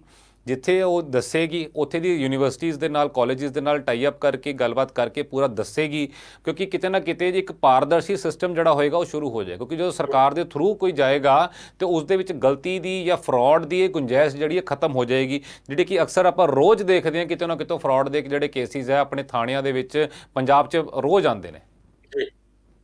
ਬਿਲਕੁਲ ਬਿਲਕੁਲ, ਰੋਜ਼ ਫਰਾਡ ਦੇ ਕੇਸ ਆਉਂਦੇ ਨੇ, ਪਰ ਇਹਦੇ ਵਿੱਚ ਵੀ ਚਲੋ ਦੇਖੋ ਜੇ ਕਿਸੇ ਤਰੀਕੇ ਦੇ ਨਾਲ ਇਹ ਜਿਹੜਾ ਸੈੱਲ ਡਿਵੈਲਪ ਕੀਤਾ ਗਿਆ ਗਵਰਨਮੈਂਟ ਵੱਲੋਂ ਕੀਤਾ ਗਿਆ ਜੀ? ਹਾਂਜੀ, ਇਹ ਸਰਕਾਰ ਦੇ ਵੱਲੋਂ ਹੀ ਕੀਤਾ ਗਿਆ, ਕਿਉਂਕਿ ਸਰਕਾਰ ਨੇ ਜਿਵੇਂ ਉਹ ਕਿਹਾ ਸੀਗਾ ਕਿ ਘਰ ਘਰ ਨੌਕਰੀ, ਹੁਣ ਨੌਕਰੀ ਤਾਂ ਕਿੰਨੀ ਕੁ ਹੈਗੀ ਸਾਨੂੰ ਪਤਾ ਹੀ ਹੈ, ਕਿੰਨੀ ਕੁ ਦੇ ਦਿੱਤੀ ਹੈਗੀ ਹੈ ਘਰ ਘਰ ਰੁਜ਼ਗਾਰ ਦਾ। ਤੇ ਹੁਣ ਬੱਚਿਆਂ ਨੂੰ ਪੜ੍ਹਾਈ ਦੇ ਅਧੀਨ ਕਿਸ ਤਰੀਕੇ ਨਾਲ ਮਤਲਬ ਕਿ ਉਹਨਾਂ ਦੇ ਲਈ ਹੋਰ ਆਪਸ਼ਨਸ ਕੀ ਨੇ, ਕੀ ਐਵੀਨਿਊਜ਼ ਹੈਗੇ ਆ, ਫੋਰਨ 'ਚ ਕਿਵੇਂ ਅਗਰ ਜਾਣਾ ਹੈ ਤੇ ਕਿਹੜੀ ਕੰਟਰੀ ਸੂਟੇਬਲ ਹੈਗੀ ਹੈ, ਉੱਥੇ ਕਿਹੜੇ ਕਿਹੜੇ ਆਪਸ਼ਨ ਨੇ, ਕੋਰਸਿਸ ਨੇ, ਕਾਲਜਿਸ ਨੇ, ਇਹ ਸਾਰੀਆਂ ਜਿਹੜੀਆਂ ਜਾਣਕਾਰੀਆਂ ਹੁਣ ਤੱਕ ਜਿਹੜੀਆਂ ਉਹਨਾਂ ਨੂੰ ਗਲਤ ਤਰੀਕੇ ਨਾਲ, ਅਗਰ ਫੀਸ ਉੱਥੇ 6 ਲੱਖ ਰੁਪਏ ਹੈਗੀ ਹੈ ਇੱਕ ਸਮੈਸਟਰ ਦੀ ਤੇ ਇੱਥੇ 12 ਲੱਖ ਲੱਖ ਰੁਪਏ ਦੱਸ ਕੇ ਜਿਹੜਾ ਉਹਨਾਂ ਨੂੰ ਲੁੱਟਿਆ ਜਾਂਦਾ ਸੀਗਾ, ਉਹ ਚੀਜ਼ਾਂ ਜਿਹੜੀਆਂ ਹੈਗੀਆਂ ਉਹ ਖਤਮ ਹੋ ਜਾਣਗੀਆਂ। ਚਲੋ ਦੇਰ ਆਏ ਦੁਰਸਤ ਆਏ, ਕਿਤੇ ਨਾ ਕਿਤੇ ਜਾ ਕੇ ਸਾਰਾ ਕੁਝ ਪਤਾ ਤਾਂ ਇਹਨਾਂ ਨੂੰ ਪਹਿਲਾਂ ਵੀ ਸੀਗਾ ਕਿ ਕਿਸ ਹਿਸਾਬ ਦੇ ਨਾਲ ਟਰੈਵਲ ਏਜੰਟਸ ਨੇ ਜਿਹੜੇ ਲੁੱਟਦੇ ਨੇ, ਔਰ ਕਰੋੜਾਂ ਕਰੋੜਾਂ ਰੁਪਏ ਦੀਆਂ ਜਿਹੜੀਆਂ ਉਹਨਾਂ ਦੀਆਂ ਐਡਸ ਨੇ ਜੀ। ਇੱਕ ਤੇ ਟਰੈਵਲ ਏਜੰਟ ਨੇ ਕਈ ਜਿਨ੍ਹਾਂ ਦੇ ਬਾਰੇ ਆਪਾਂ ਨੂੰ ਪਤਾ ਕਿ ਉਹਨਾਂ ਦੀ ਕਰੋੜਾਂ ਕਰੋੜਾਂ ਰੁਪਏ ਦੀਆਂ ਐਡਸ ਨੇ ਜਿਹੜੀਆਂ ਉਹ ਚੱਲਦੀਆਂ ਨੇ, ਔਰ ਸਾਰਾ ਦਿਨ ਰੇਡੀਓ ਟੀਵੀ ਦੇ ਉੱਤੇ ਐਡ ਉਹਨਾਂ ਦੀ ਆਉਂਦੀ ਆ, ਔਰ ਕਿਸ ਹਿਸਾਬ ਦੇ ਨਾਲ ਇਹ ਲੋਕ ਨੇ ਜਿਹੜੇ ਲੁੱਟਦੇ ਨੇ। ਸੋ ਪਹਿਲਾਂ ਹੀ ਪਤਾ ਤਾਂ ਪਹਿਲਾਂ ਵੀ ਸੀਗਾ, ਪਰ ਚਲੋ ਦੇਰ ਆਏ ਦੁਰਸਤ ਆਏ, ਕੁਛ ਨਾ ਕੁਛ ਹੋਊ। ਪਰ ਇਹੀ ਕਹਿੰਦੇ ਆ ਕਿ ਵੀ ਅਗਰ ਇਹ ਸਿਸਟਮ ਸਹੀ ਤਰੀਕੇ ਦੇ ਨਾਲ ਚੱਲਦਾ ਰਹੇ, ਕਿਉਂਕਿ ਫੇਰ ਵੀ ਬਾਅਦ ਦੇ ਵਿੱਚੋਂ ਇਹੋ ਜਿਹੇ ਸਿਸਟਮ ਬਣਦੇ ਬਹੁਤ ਨੇ, ਪਰ ਫਿਰ ਦਬਾ ਲਏ ਜਾਂਦੇ ਨੇ ਕਿਸੇ ਨਾ ਕਿਸੇ ਤਰੀਕੇ ਦੇ ਨਾਲ, ਕਿਉਂਕਿ ਜਦੋਂ ਪੈਸਾ ਵਿੱਚ ਇਨਵੋਲਵ ਹੋ ਗਿਆ, ਸੋ ਅਧਿਕਾਰੀ ਨੇ ਉਹਨਾਂ ਨੂੰ ਮਿਲ ਜਾਂਦਾ। ਕਿਉਂਕਿ ਜਦ ਤੱਕ ਜੀ ਇਹ ਕਰਪਸ਼ਨ ਦਾ ਕੰਮ ਨਹੀਂ ਨਾ ਇੱਥੇ ਸੈੱਟ ਹੁੰਦਾ, ਕਿਉਂਕਿ ਆਉਣੇ ਆ ਇੱਥੇ ਕਈ ਵਾਰ ਦੇਖਦੇ ਆ ਕਿ ਗੱਲਾਂ ਤਾਂ ਬੜੀਆਂ ਹੋਈਆਂ ਨੇ, ਹੁਣ ਤੱਕ ਬਹੁਤ ਕੁਝ ਹੋਇਆ ਕਿ ਕਰਪਸ਼ਨ ਏਦਾਂ ਅਸੀਂ ਨੱਥ ਪਾ ਲਾਂਗੇ, ਕਰਪਸ਼ਨ ਨੂੰ ਏਦਾਂ ਨੱਥ ਪਾ ਲਾਂਗੇ। ਪਰ ਜਿੰਨੇ ਸਰਕਾਰੀ ਮਹਿਕਮੇ ਨੇ, ਕਿਹੜੇ ਚਾਹੇ ਸਰਕਾਰੀ ਹੈ ਚਾਹੇ ਪ੍ਰਾਈਵੇਟ ਆ ਚਾਹੇ ਕੁਝ ਵੀ ਆ, ਪਰ ਉੱਥੇ ਕਿਹੜੇ ਡਿਪਾਰਟਮੈਂਟ ਦੇ ਵਿੱਚ ਆ ਜਿਹੜੀ ਕਰਪਸ਼ਨ ਬੰਦ ਹੋਈ ਆ ਅੱਜ ਤੱਕ ਵੀ। ਜਦੋਂ ਆਪਾਂ ਦੇਖ ਲਈਏ ਕੋਈ ਵੀ ਕੰਮ ਕਰਨਾ ਉੱਥੇ ਬਿਨਾਂ ਪੈਸੇ ਤੋਂ ਕੰਮ ਨਹੀਂ ਹੁੰਦਾ ਹੈਗਾ। ਹਰ ਜਗ੍ਹਾ ਦੇ ਉੱਤੇ ਪ੍ਰਾਈਵੇਟ ਜਿਹੜੇ ਇਹਨਾਂ ਦੇ ਦਲਾਲ ਨੇ ਉਹ ਬੈਠੇ ਨੇ। ਸੋ ਜਿਹੜੀ ਆਪਾਂ ਪਹਿਲਾਂ ਗੱਲ ਕੀਤੀ ਹੈ ਕਿ ਜੋ ਸਰਕਾਰ ਦੇ ਕੰਮ ਕਰਨੇ ਵਾਲੇ ਨੇ ਨਾ, ਉਹ ਕੰਮ ਸਰਕਾਰਾਂ ਨਹੀਂ ਕਰ ਰਹੀਆਂ। ਅਸਲ ਦੇ ਵਿੱਚ ਸਰਕਾਰਾਂ ਹੋਰੇ ਪਾਸੇ ਲੱਗੀਆਂ ਹੋਈਆਂ ਨੇ, ਹੋਰ ਸਾਈਡ ਨੂੰ ਜਿਹੜੇ ਇਹ ਕੰਮ ਨੇ ਜਿਹੜੇ ਕਰਨੇ ਵਾਲੇ ਨੇ, ਕਿ ਜਿਹਦੇ ਨਾਲ ਤੁਹਾਡਾ ਜਿਹੜਾ ਸਿਸਟਮ ਆ ਉਹ ਸੁਧਰੇ। ਤੁਸੀਂ ਇੱਕ ਪਾਸੇ ਆਪਣੀ ਨੌਜਵਾਨੀ ਨੂੰ ਖੁਦ ਹੀ ਕਹਿ ਰਹੇ ਹੋ ਕਿ ਸਾਡੇ ਕੋਲ ਅਗਰ ਨੌਕਰੀਆਂ ਨਹੀਂ ਹੈਗੀਆਂ ਤਾਂ ਤੁਸੀਂ ਬਾਹਰਲੀਆਂ ਕੰਟਰੀਆਂ ਦੇ ਵਿੱਚ ਜਾਓ, ਤੁਸੀਂ ਉੱਥੇ ਜੌਬਸ ਕ੍ਰੀਏਟ ਕਿਉਂ ਨਹੀਂ ਕਰਦੇ, ਉੱਥੇ ਤੁਸੀਂ ਉਹੋ ਜਿਹਾ ਸਿਸਟਮ ਕਿਉਂ ਨਹੀਂ ਸੈਟ ਅਪ ਕਰਦੇ ਤਾਂ ਕਿ ਜਿਹੜਾ ਨੌਜਵਾਨੀ ਆ ਤੁਹਾਡੀ ਬਾਹਰ ਨਾ ਜਾਵੇ। ਚਲੋ ਲੈਟਸ ਸੀ ਕਿ ਹੈ ਤਾਂ ਇੱਕ ਚੰਗੀ ਖਬਰ ਆ, ਪਰ ਬਾਕੀ ਆਉਣ ਵਾਲਾ ਸਮਾਂ ਦੱਸੇਗਾ ਕਿ ਕਿਸ ਹਿਸਾਬ ਨਾਲ ਜਿਹੜਾ ਸਾਰਾ। ਕਮਲ ਜੀ, ਦੂਜੀ ਗੱਲ ਇਹ ਹੈ ਕਿ ਜਿਹੜਾ ਇਹ ਇਮੀਗ੍ਰੇਸ਼ਨ ਦਾ ਕੰਸਲਟੈਂਸੀ ਦਾ ਇਹ ਪੇਸ਼ਾ ਹੈ, ਪੇਸ਼ਾ ਬੁਰਾ ਨਹੀਂ ਸੀਗਾ ਜੇ ਇਹ ਲੋਕ ਜਿਹੜੇ ਨੇ ਚੰਗੇ ਬੰਦੇ ਵੀ ਹੈਗੇ ਆ ਫੀਲਡ ਦੇ ਵਿੱਚ। ਇਹ ਲੋਕ ਜਿਹੜੇ ਅਗਰ ਇਮਾਨਦਾਰੀ ਨਾਲ ਕੰਮ ਕਰਦੇ ਹੁੰਦੇ ਤੇ ਲੋਕਾਂ ਨੂੰ ਸਹੀ ਗਾਈਡ ਕਰਦੇ, ਇੱਕ ਜਿਹੜੀ ਜੈਨੂਨ ਇਹਨਾਂ ਦੀ ਫੀਸ ਬਣਦੀ ਹੈਗੀ ਹੈ, ਜਿਹੜੀ ਇਹਨਾਂ ਦਾ ਮਿਹਨਤਾਨਾ ਹੈਗਾ, ਅਗਰ ਉਹ ਲੈ ਕੇ ਬੱਚਿਆਂ ਨੂੰ ਜਿਹੜਾ ਹੈ ਬਾਹਰ ਭੇਜਦੇ ਤੇ ਉਹਨਾਂ ਦੇ ਪਰਿਵਾਰ ਇੱਥੇ ਸਕੂਨ ਦੇ ਨਾਲ ਬੈਠਦੇ ਤੇ ਉਹਨਾਂ ਨੂੰ ਯਕੀਨ ਹੁੰਦਾ ਕਿ ਸਾਡੇ ਬੱਚੇ ਸਹੀ ਹੱਥਾਂ 'ਚ ਜਾ ਰਹੇ, ਸਹੀ ਜਗ੍ਹਾ ਜਾ ਰਹੇ ਆ, ਤੇ ਕੋਈ ਦਿੱਕਤ ਨਹੀਂ ਸੀ। ਪਰ ਪਿਛਲੇ ਕੁਝ ਸਮੇਂ ਕੁਝ ਸਾਲਾਂ ਦੇ ਵਿੱਚ ਇਹ ਜਿਹੜਾ ਪੇਸ਼ਾ ਵੀ ਬਦਨਾਮ ਹੋ ਗਿਆ। ਕੁਝ ਜ਼ਿਆਦਾ ਹੀ ਲੋਕ ਇਹਦੇ ਵਿੱਚ ਆ ਗਏ ਮਨੀ ਮੇਕਿੰਗ ਦੇ ਕਰਕੇ ਕਿ ਰਾਤੋਂ ਰਾਤ ਜਿਹੜਾ ਪੈਸਾ ਕਮਾ ਲਾਂਗੇ, ਲੋਕਾਂ ਨੂੰ ਠੱਗ ਲਾਂਗੇ। ਉਸ ਕਰਕੇ ਪੂਰੇ ਪੇਸ਼ੇ ਦੇ ਉੱਪਰ ਹੀ ਹੁਣ ਸਵਾਲੀਆ ਨਿਸ਼ਾਨ ਹੈਗੇ ਤੇ ਪੇਸ਼ਾ ਵੀ ਪੂਰਾ ਬਦਨਾਮ ਕਰ ਦਿੱਤਾ ਗਿਆ। ਪੇਸ਼ਾ ਬਦਨਾਮ ਹੋ ਗਿਆ ਜੀ। ਨਾਲ ਜਿਹੜੇ ਉੱਥੋਂ ਬੱਚੇ ਆਉਂਦੇ ਨੇ, ਹੁਣ ਇੱਥੇ ਚਲੋ ਗੱਲਾਂ ਬਾਤਾਂ ਹੁੰਦੀਆਂ ਰਹਿੰਦੀਆਂ ਨੇ, ਚਾਹੇ ਰੇਡੀਓ ਕਰਕੇ, ਟੀਵੀ ਕਰਕੇ, ਜਾਂ ਕਈ ਵਾਰ ਬੱਚੇ ਅਪਰੋਚ ਕਰਦੇ ਨੇ ਚਲੋ ਸਾਨੂੰ ਕਿ ਜੀ ਕੋਈ ਹੈਲਪ, ਕੋਈ ਜੌਬ ਦੀ ਹੈਲਪ, ਕਿਸੇ ਵੀ ਤਰੀਕੇ ਦੇ ਨਾਲ ਅਗਰ ਹੈਲਪ ਆ, ਚਲੋ ਆਪਣੇ ਵੱਲੋਂ ਕੋਸ਼ਿਸ਼ ਕਰੀਦੀ ਹੈ ਕਿ ਜਿੰਨੇ ਕੁ ਆਪਾਂ ਹੈਗੇ ਆ ਕਿ ਉਹਨਾਂ ਦੀ ਹੈਲਪ ਬੱਚਿਆਂ ਦੀ ਕੀਤੀ ਜਾ ਸਕੇ। ਔਰ ਜਦੋਂ ਸੁਣੀਦੀਆਂ ਨੇ ਜੀ ਉਹਨਾਂ ਦੀਆਂ ਗੱਲਾਂ ਬਾਤਾਂ ਨਾ, ਤਾਂ ਇੱਕ ਵਾਰ ਤਾਂ ਮਨ ਜਿਹੜਾ ਬੜਾ ਦੁਖੀ ਹੁੰਦਾ ਕਿ ਉਹ ਬੱਚੇ ਉੱਥੋਂ ਕਰਜ਼ੇ ਚੱਕ ਕੇ, ਮੈਕਸੀਮਮ ਬੱਚੇ ਨੇ ਜਿਹੜੇ ਉਹਨਾਂ ਦੇ ਮਾਂ-ਬਾਪ ਨੇ ਉੱਥੋਂ ਜ਼ਮੀਨਾਂ ਵੇਚ ਕੇ ਜਾਂ ਕਰਜ਼ੇ ਚੱਕ ਕੇ ਆਪਣੇ ਬੱਚਿਆਂ ਨੂੰ ਜਿਹੜਾ ਬਾਹਰ ਭੇਜਦੇ ਆ। ਪਰ ਇਹ ਲੋਕ ਵਿੱਚੋਂ ਇੰਨਾ ਕੁ ਪੈਸਾ ਖਾ ਜਾਂਦੇ ਨੇ, ਕਿਉਂਕਿ ਦੇਖੋ ਬੰਦੇ ਨੂੰ ਨੌਲੇਜ ਨਹੀਂ ਹੁੰਦੀ। ਡਾਇਰੈਕਟਲੀ ਕਈ ਵਾਰ ਆਪਾਂ ਡਰਦੇ ਆ ਡਾਇਰੈਕਟਲੀ ਅਪਰੋਚ ਕਰਨ ਦੇ ਵਿੱਚ, ਜਾਂ ਕਈ ਵਾਰ ਸਾਡਾ ਜਿਹੜਾ ਹੈਗਾ ਜੀ ਇੰਗਲਿਸ਼ ਦਾ ਐਕਸੈਂਟ ਆ ਉਹ ਨਹੀਂ ਉਸ ਲੈਵਲ ਦਾ ਹੁੰਦਾ ਕਿ ਅਸੀਂ ਜਿਹੜੇ ਉੱਥੇ ਡਾਇਰੈਕਟ ਕਾਲਜਿਸ ਨੇ ਉਹਨਾਂ ਦੇ ਨਾਲ ਕੰਟੈਕਟ ਆ ਅਸੀਂ ਕਿਤੇ ਨਾ ਕਿਤੇ ਜਾ ਕੇ ਕਰ ਸਕੀਏ। ਔਰ ਸੈਕੰਡ ਜਿਹੜਾ ਸਭ ਤੋਂ ਵੱਡਾ ਜਿਹੜਾ ਆਉਂਦਾ ਜੀ, ਉੱਥੇ ਅਨਲਾਇਸੈਂਸਡ ਬੰਦੇ ਕੰਮ ਕਰ ਰਹੇ ਨੇ।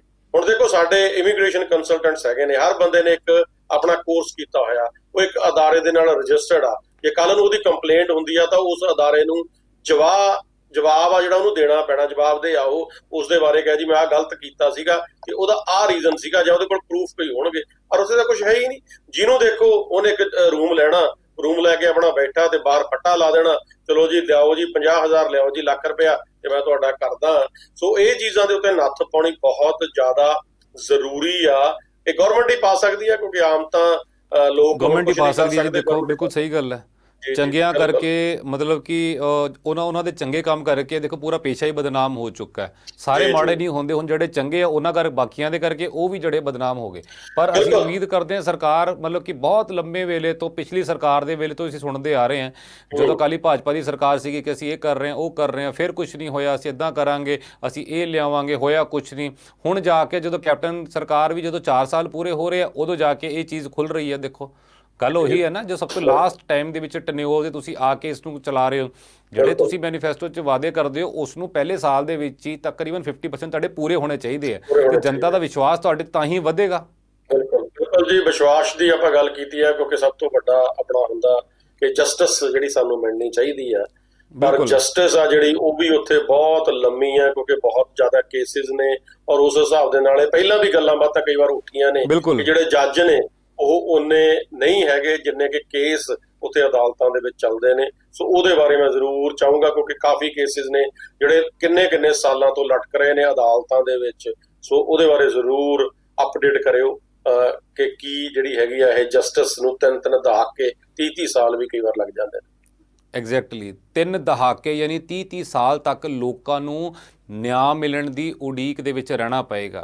ਜ਼ਿੰਦਾ ਰਹਿਣਗੇ, ਪਰਮਾਤਮਾ ਉਹਨਾਂ ਨੂੰ ਰੱਖੇ, ਪਰ ਹਾਲਾਤ ਬਹੁਤ ਜ਼ਿਆਦਾ ਚਿੰਤਾਜਨਕ ਨੇ। ਇਹ ਜਿਹੜੇ ਡਾਟਾ ਹੈ ਇਹ ਉਹ ਦੱਸ ਰਿਹਾ ਹੈ ਜਿਸ ਦੇ ਹਿਸਾਬ ਦੇ ਨਾਲ ਇਹ ਪਤਾ ਚੱਲਦਾ ਕਿ ਪੈਂਡੈਂਸੀ ਕਿੰਨੀ ਵੱਧ ਗਈ ਹੈ, ਮਤਲਬ ਕਿ ਕੇਸ ਕਿੰਨੇ ਦਰ ਕਿੰਨੇ ਵੱਧਦੇ ਹੀ ਜਾ ਰਹੇ ਆ। ਪੰਜਾਬ ਅਤੇ ਹਰਿਆਣਾ ਦੇ ਕੁੱਲ ਕੇਸਿਸ ਦੀ ਗੱਲ ਕਰੀਏ, ਦੋਨੋਂ ਸੂਬਿਆਂ ਦੀ ਗੱਲ ਕਰੀਏ ਤੇ 19 ਲੱਖ ਤੋਂ ਵਧੇਰੇ ਕੇਸਿਸ ਪਏ ਹੈ। ਤੇ ਤੁਸੀਂ ਹਿਸਾਬ ਲਾਓ ਜੇ 19 ਲੱਖ ਕੇਸਿਸ ਨੇ ਤੇ ਹਰ ਸਾਲ ਇਹ ਪੈਂਡੈਂਸੀ ਵੱਧਦੀ ਹੀ ਜਾ ਰਹੀ ਹੈ, ਘਟਣ ਦੀ ਥਾਂ। ਤੇ ਮੰਨਿਆ ਇਹ ਜਾ ਰਿਹਾ ਹੈ ਕਿ ਅਗਲੇ 30 ਸਾਲ ਤੱਕ ਜਾ ਕੇ ਇਹ ਕੇਸਿਸ ਦਾ ਨਿਪਟਾਰਾ ਹੋਏਗਾ। 30 ਲੌਂਗ ਈਅਰਸ ਇਨ ਦਾ ਫਿਊਚਰ। ਤੇ 30 ਸਾਲ ਕਿੰਨੇ ਦੇਖੇ ਜੀ, ਇੱਥੇ 30 ਦਿਨ ਨਹੀਂ ਪਤਾ ਹੁੰਦੇ ਤਾਂ 30 ਸਾਲ ਤਾਂ ਬਹੁਤ ਲੰਬਾ ਪੈਂਡਾ ਹੈਗਾ। ਬਿਲਕੁਲ ਇਸੇ ਕਰਕੇ ਜੀ ਜਿਹੜੇ ਇਹ ਲੋਕ ਨੇ ਅਦਾਲਤਾਂ ਨੂੰ ਇੱਕ ਆਪਣਾ ਗਾਰਡ ਦੇ ਤੌਰ ਤੇ ਲੈਂਦੇ ਨੇ ਕਿਉਂਕਿ ਇਹਨਾਂ ਨੂੰ ਪਤਾ ਕਿ ਅਦਾਲਤ ਦੇ ਵਿੱਚ ਕੇਸ ਲੈ ਜਾਓ ਤੇ ਜਾਣ ਤੋਂ ਬਾਅਦ ਇਹਨਾਂ ਨਾਲ ਲੰਮਾ ਸਮਾਂ ਉਹ ਉਸ ਦਾ ਜਿਹੜਾ ਰਿਜ਼ਲਟ ਆਉਣ ਨੂੰ ਲੱਗ ਜਾਣਾ ਕਿ ਜਦ ਨੂੰ ਜਿਵੇਂ ਤੁਸੀਂ ਗੱਲ ਕਰੀਏ 30 ਸਾਲ ਅੱਜ ਕੱਲ ਉਮਰ ਦਾ ਕੀ ਪਤਾ, 30 ਦਿਨ ਦਾ ਨਹੀਂ ਕਿਸੇ ਦਾ ਪਤਾ ਕਿ ਕੀ ਆ ਅੱਜ ਤੁਸੀਂ ਕੇਸ ਕਰਦੇ ਹੋ ਤੁਹਾਨੂੰ ਨਿਆਂ ਕਦੋਂ ਮਿਲਣਾ। ਸੋ ਇਹ ਕਈ ਲੋਕ ਇਹੋ ਜਿਹੇ ਨੇ ਕਿ ਜਿਹੜੇ ਅਦਾਲਤਾਂ ਦਾ ਇਸ ਨੂੰ ਮਿਸਯੂਜ਼ ਵੀ ਆਪਾਂ ਕਹਿ ਸਕਦੇ ਹਾਂ ਕਰਦੇ ਆ ਕਿ ਉਹਨਾਂ ਨੇ ਕਹਿਣਾ ਕਿ ਚਲੋ ਜੀ ਅਦਾਲਤ ਦੇ ਵਿੱਚ ਜਾ ਕੇ ਕੇਸ ਕਰ ਦੋ, ਪਤਾ ਕਿ ਰਾਈਟ ਨਾਓ ਜਿਹੜਾ ਰਾਈਟ ਵੇ ਜਿਹੜਾ ਫੈਸਲਾ ਉਹ ਤਾਂ ਨਹੀਂ ਹੋਣਾ। ਪਰ ਕਈ ਕੇਸਾਂ ਦੇ ਵਿੱਚ ਇਹਨਾਂ ਨੇ ਮੈਨੂੰ ਲੱਗਦਾ ਫਾਸਟ ਟਰੈਕ ਅਦਾਲਤਾਂ ਬਣਾਈਆਂ ਵੀ ਹੋਈਆਂ ਨੇ। ਬਿਲਕੁਲ ਫਾਸਟ ਟਰੈਕ ਅਦਾਲਤਾਂ ਹੈਗੀਆਂ, ਰੇਪ ਕੇਸਿਸ ਦੇ ਉੱਪਰ ਜਾਂ ਕੋਈ ਅਰਜੈਂਟ ਮੈਟਰ ਹੁੰਦੇ ਆ ਉਹਨਾਂ ਦੇ ਉੱਪਰ ਅਦਾਲਤਾਂ ਹੈਗੀਆਂ, ਪਰ ਉਹ ਕੇਸਿਸ ਉਹ ਵੀ ਬਹੁਤ ਅਗਰ ਨੈਸ਼ਨਲ ਲੈਵਲ ਦੇ ਉੱਪਰ ਦੇਖੀਏ ਤਾਂ ਬਹੁਤ ਜ਼ਿਆਦਾ ਹੁੰਦੇ। ਕਮਲ ਜੀ ਬਹੁਤ ਜ਼ਿਆਦਾ ਕੇਸਿਸ ਨੇ। ਭਾਰਤ ਦੀ ਆਬਾਦੀ ਨੂੰ ਤੁਸੀਂ ਵੇਖੋ, 135 ਕਰੋੜ ਦੀ ਆਬਾਦੀ ਹੋਵੇ ਤੇ ਉਹ ਕਿੰਨੇ ਕੇਸਿਸ ਹੋਣਗੇ। ਤੁਸੀਂ ਫਾਸਟ ਟਰੈਕ ਦੇ ਵਿੱਚ ਵੀ ਕਰ ਲਓਗੇ ਤਾਂ ਵੀ ਜਿਹੜਾ ਹੈ ਉਹ ਬਹੁਤ ਲੰਮਾ ਚੱਲਦਾ, 6-6 ਮਹੀਨੇ ਸਾਲ ਤਾਂ ਉਹ ਫਾਸਟ ਟਰੈਕ ਨੂੰ ਵੀ ਲੱਗ ਜਾਂਦਾ ਇੱਥੇ। ਹੁਣ ਸਵਾਲ ਖੜਾ ਹੁੰਦਾ ਕਿ ਅਜਿਹੀ ਨੌਬਤ ਕਿਉਂ ਆਈ? ਸਰਕਾਰਾਂ ਦਾ ਢਿੱਲਾ ਰਵੱਈਆ ਤੇ ਇਹ ਜਿਹੜੀ ਇਹਨਾਂ ਦੀ ਸੋਚ ਹੈ, ਜਿਹੜੀ ਮਾਨਸਿਕਤਾ ਹੈ ਕਿ ਲੰਮਾ ਜਿਹੜਾ ਹੈ ਇਸ ਨੂੰ ਕੇਸਿਸ ਨੂੰ ਖਿੱਚਦੇ ਰਹੋ। ਨੰਬਰ ਆਫ ਜੱਜਿਸ ਘੱਟ ਨੇ, ਨੰਬਰ ਆਫ ਬੈਂਚਿਸ ਜਿਹੜੇ ਕੋਰਟਸ ਨੇ ਉਹ ਘੱਟ ਨੇ। ਇਹ ਤਾਂ ਹੈ ਨਹੀਂ ਕਿ ਭਾਰਤ ਦੇ ਵਿੱਚ ਇੰਟੈਲੀਜੈਂਟ ਬੱਚੇ ਨਹੀਂ ਹੈਗੇ ਜਿਹੜੇ ਜੱਜ ਨਹੀਂ ਬਣ ਸਕਦੇ, ਜਾਂ ਉਹ ਐਗਜ਼ਾਮ ਨਹੀਂ ਦਿੰਦੇ, ਜਾਂ ਸਾਡੇ ਕੋਲ ਥਾਂ ਘੱਟ ਹੈਗੀ ਹੈ ਜਿੱਥੇ ਕੋਰਟ ਬਣ ਨਹੀਂ ਸਕਦੇ। ਹਰ ਚੀਜ਼ ਹੋ ਸਕਦੀ ਹੈ, ਸਿਰਫ ਲੋੜ ਹੁੰਦੀ ਹੈ ਨੀਅਤ ਦੀ। ਨੀਅਤ ਦੀ ਲੋੜ ਆ ਔਰ ਇਸ ਚੀਜ਼ ਨੂੰ ਵਧਾਉਣ ਦੀ ਵੀ ਬਹੁਤ ਜ਼ਿਆਦਾ ਜ਼ਰੂਰਤ ਆ ਕਿਉਂਕਿ ਜਦੋਂ ਤੱਕ ਕੋਰਟਸ ਤੇ ਕਿਉਂਕਿ ਇੱਕੋ ਹੀ ਰਸਤਾ ਬਚਦਾ ਜੀ ਹਰ ਬੰਦੇ ਕੋਲ ਕਿ ਮਾਨਯੋਗ ਕੋਰਟ ਆ ਜਿਹੜਾ ਉਹ ਐਂਡ ਹੀ ਬਚਦਾ ਕਿ ਜਦੋਂ ਕਿਸੇ ਪਾਸੇ ਵੀ ਨਿਆਂ ਨਹੀਂ ਮਿਲਦਾ ਤਾਂ ਅਸੀਂ ਕੋਰਟ ਦੇ ਵਿੱਚ ਜਾਂਦੇ ਆ। ਪਰ ਜੇ ਕੋਰਟ ਦੇ ਵਿੱਚ ਵੀ ਇੰਨਾ ਡਿਲੇ ਹੁੰਦਾ ਸਿਸਟਮ ਤਾਂ ਬੜਾ ਹਾਰਡ ਹੋ ਜਾਂਦਾ ਜੀ। ਹੁਣ ਆਪਾਂ ਪਿਛਲੇ ਦਿਨਾਂ ਦੇ ਵਿੱਚ ਵੀ ਗੱਲਬਾਤ ਕਰ ਰਹੇ ਹਾਂ ਕਿ ਬਰਡ ਫਲੂ ਆ ਉਹ ਵੀ ਆਪਣੇ ਪੈਰਾਂ ਦੀ ਕਾਫੀ ਜ਼ਿਆਦਾ ਪਸਾਰ ਰਿਹਾ। ਸੋ ਜਿਸ ਤਰ੍ਹਾਂ ਦੇ ਨਾਲ ਕਰੋਨਾ ਦਾ ਖਤਰਾ ਅਜੇ ਟਲਿਆ ਨਹੀਂ ਹੈਗਾ ਔਰ ਉਸ ਤੋਂ ਉੱਪਰ ਬਰਡ ਫਲੂ ਦਾ ਦੁਬਾਰਾ ਸ਼ੁਰੂ ਹੋ ਗਿਆ। ਸੋ ਕੀ ਅਪਡੇਟ ਆ ਜੀ ਬਰਡ ਫਲੂ ਬਾਰੇ? ਬਰਡ ਫਲੂ ਨੂੰ ਲੈ ਕੇ ਮਤਲਬ ਕਿ ਵੀ ਹਾਲਾਤ ਚਿੰਤਾਜਨਕ ਹੈਗੇ ਆ। ਦੇਖੋ ਹਰਿਆਣੇ ਦੇ ਵਿੱਚ ਵੀ ਕੁਝ ਐਸੇ ਜਿਹੜੇ ਪਤਾ ਚੱਲਿਆ ਹੈ ਕਿ ਜਿਹੜੀਆਂ ਮੁਰਗੀਆਂ ਨੇ ਵੱਡੀ ਗਿਣਤੀ ਦੇ ਵਿੱਚ ਉਹ ਮਰੀਆਂ ਪਾਈਆਂ ਗਈਆਂ ਨੇ ਪਿਛਲੇ ਕਈ ਦਿਨਾਂ 'ਚ, ਜਿਹੜਾ ਕਿ ਅਜੇ ਤੱਕ ਨਹੀਂ ਪਤਾ ਚੱਲਿਆ ਸੀ ਉਹ ਵੀ ਅੱਜ ਪਤਾ ਚੱਲਿਆ। ਸੁਖਨਾ ਝੀਲ ਦੇ ਕੋਲੋਂ ਜਿਹੜਾ ਹੈਗਾ ਇੱਕ ਪੰਛੀ ਜਿਹੜਾ ਮ੍ਰਿਤਕ ਮਿਲਿਆ, ਉਹ ਮਰਿਆ ਪਾਇਆ ਗਿਆ, ਉਸਦੇ ਹੁਣ ਸੈਂਪਲਿੰਗ ਉਸਦੀ ਹੋ ਰਹੀ ਹੈ। ਇਸੇ ਤਰੀਕੇ ਦੇ ਨਾਲ ਪੰਜਾਬ ਦੇ ਵੀ ਜਿੰਨੇ ਵੀ ਵੈਟਲੈਂਡਸ ਹੈਗੇ ਆ, ਜਿੰਨੇ ਹਰੀਕੇ ਪਤਨ ਹੈ ਜਾਂ ਦੂਸਰਾ ਰੋਪੜ ਵਾਲੇ ਪਾਸੇ ਹੈ, ਉਹਨਾਂ ਥਾਵਾਂ ਦੇ ਉੱਪਰ ਵੀ ਜਿਹੜਾ ਹੁਣ ਅਲਰਟ ਜਿਹੜਾ ਘੋਸ਼ਿਤ ਕਰਤਾ। ਕਹਿਣ ਦਾ ਭਾਵ ਇਹ ਹੈਗਾ ਹੈ ਕਿ ਇਹਨਾਂ ਦੀ ਨਹੀਂ, ਕਿਉਂਕਿ ਹਿਮਾਚਲ ਦੇ ਵਿੱਚ ਤਾਂ ਆ ਹੀ ਚੁੱਕਾ ਬਰਡ ਫਲੂ ਤੇ ਹਰਿਆਣੇ ਦੇ ਵਿੱਚ ਵੀ ਦਸਤਕ ਹੋ ਗਈ। ਪੰਜਾਬ ਦੇ ਵਿੱਚ ਅਜੇ ਕੇਸ ਨਹੀਂ ਆਇਆ, ਪਰ ਚੰਡੀਗੜ੍ਹ 'ਚ ਵੀ ਜਿਹੜਾ ਹੈ ਇੱਕ ਜਿਹੜਾ ਹੈ ਪੰਛੀ ਜਿਹੜਾ ਮਰਿਆ ਪਾਇਆ ਗਿਆ। ਸੋ ਕਿਤੇ ਨਾ ਕਿਤੇ ਬਰਡ ਫਲੂ ਜਿਹੜਾ ਹੈ ਉਸਦਾ ਖਤਰਾ ਪੂਰੀ ਤਰ੍ਹਾਂ ਮੰਡਰਾ ਰਿਹਾ ਤੇ ਹੁਣ ਇਹ ਕਰੋਨਾ ਤੋਂ ਬਾਅਦ ਇਹਨੇ ਜਿਹੜਾ ਹੈਗਾ ਸਾਰਿਆਂ ਦਾ ਕੰਮ ਔਖਾ ਕਰ ਦੇਣਾ।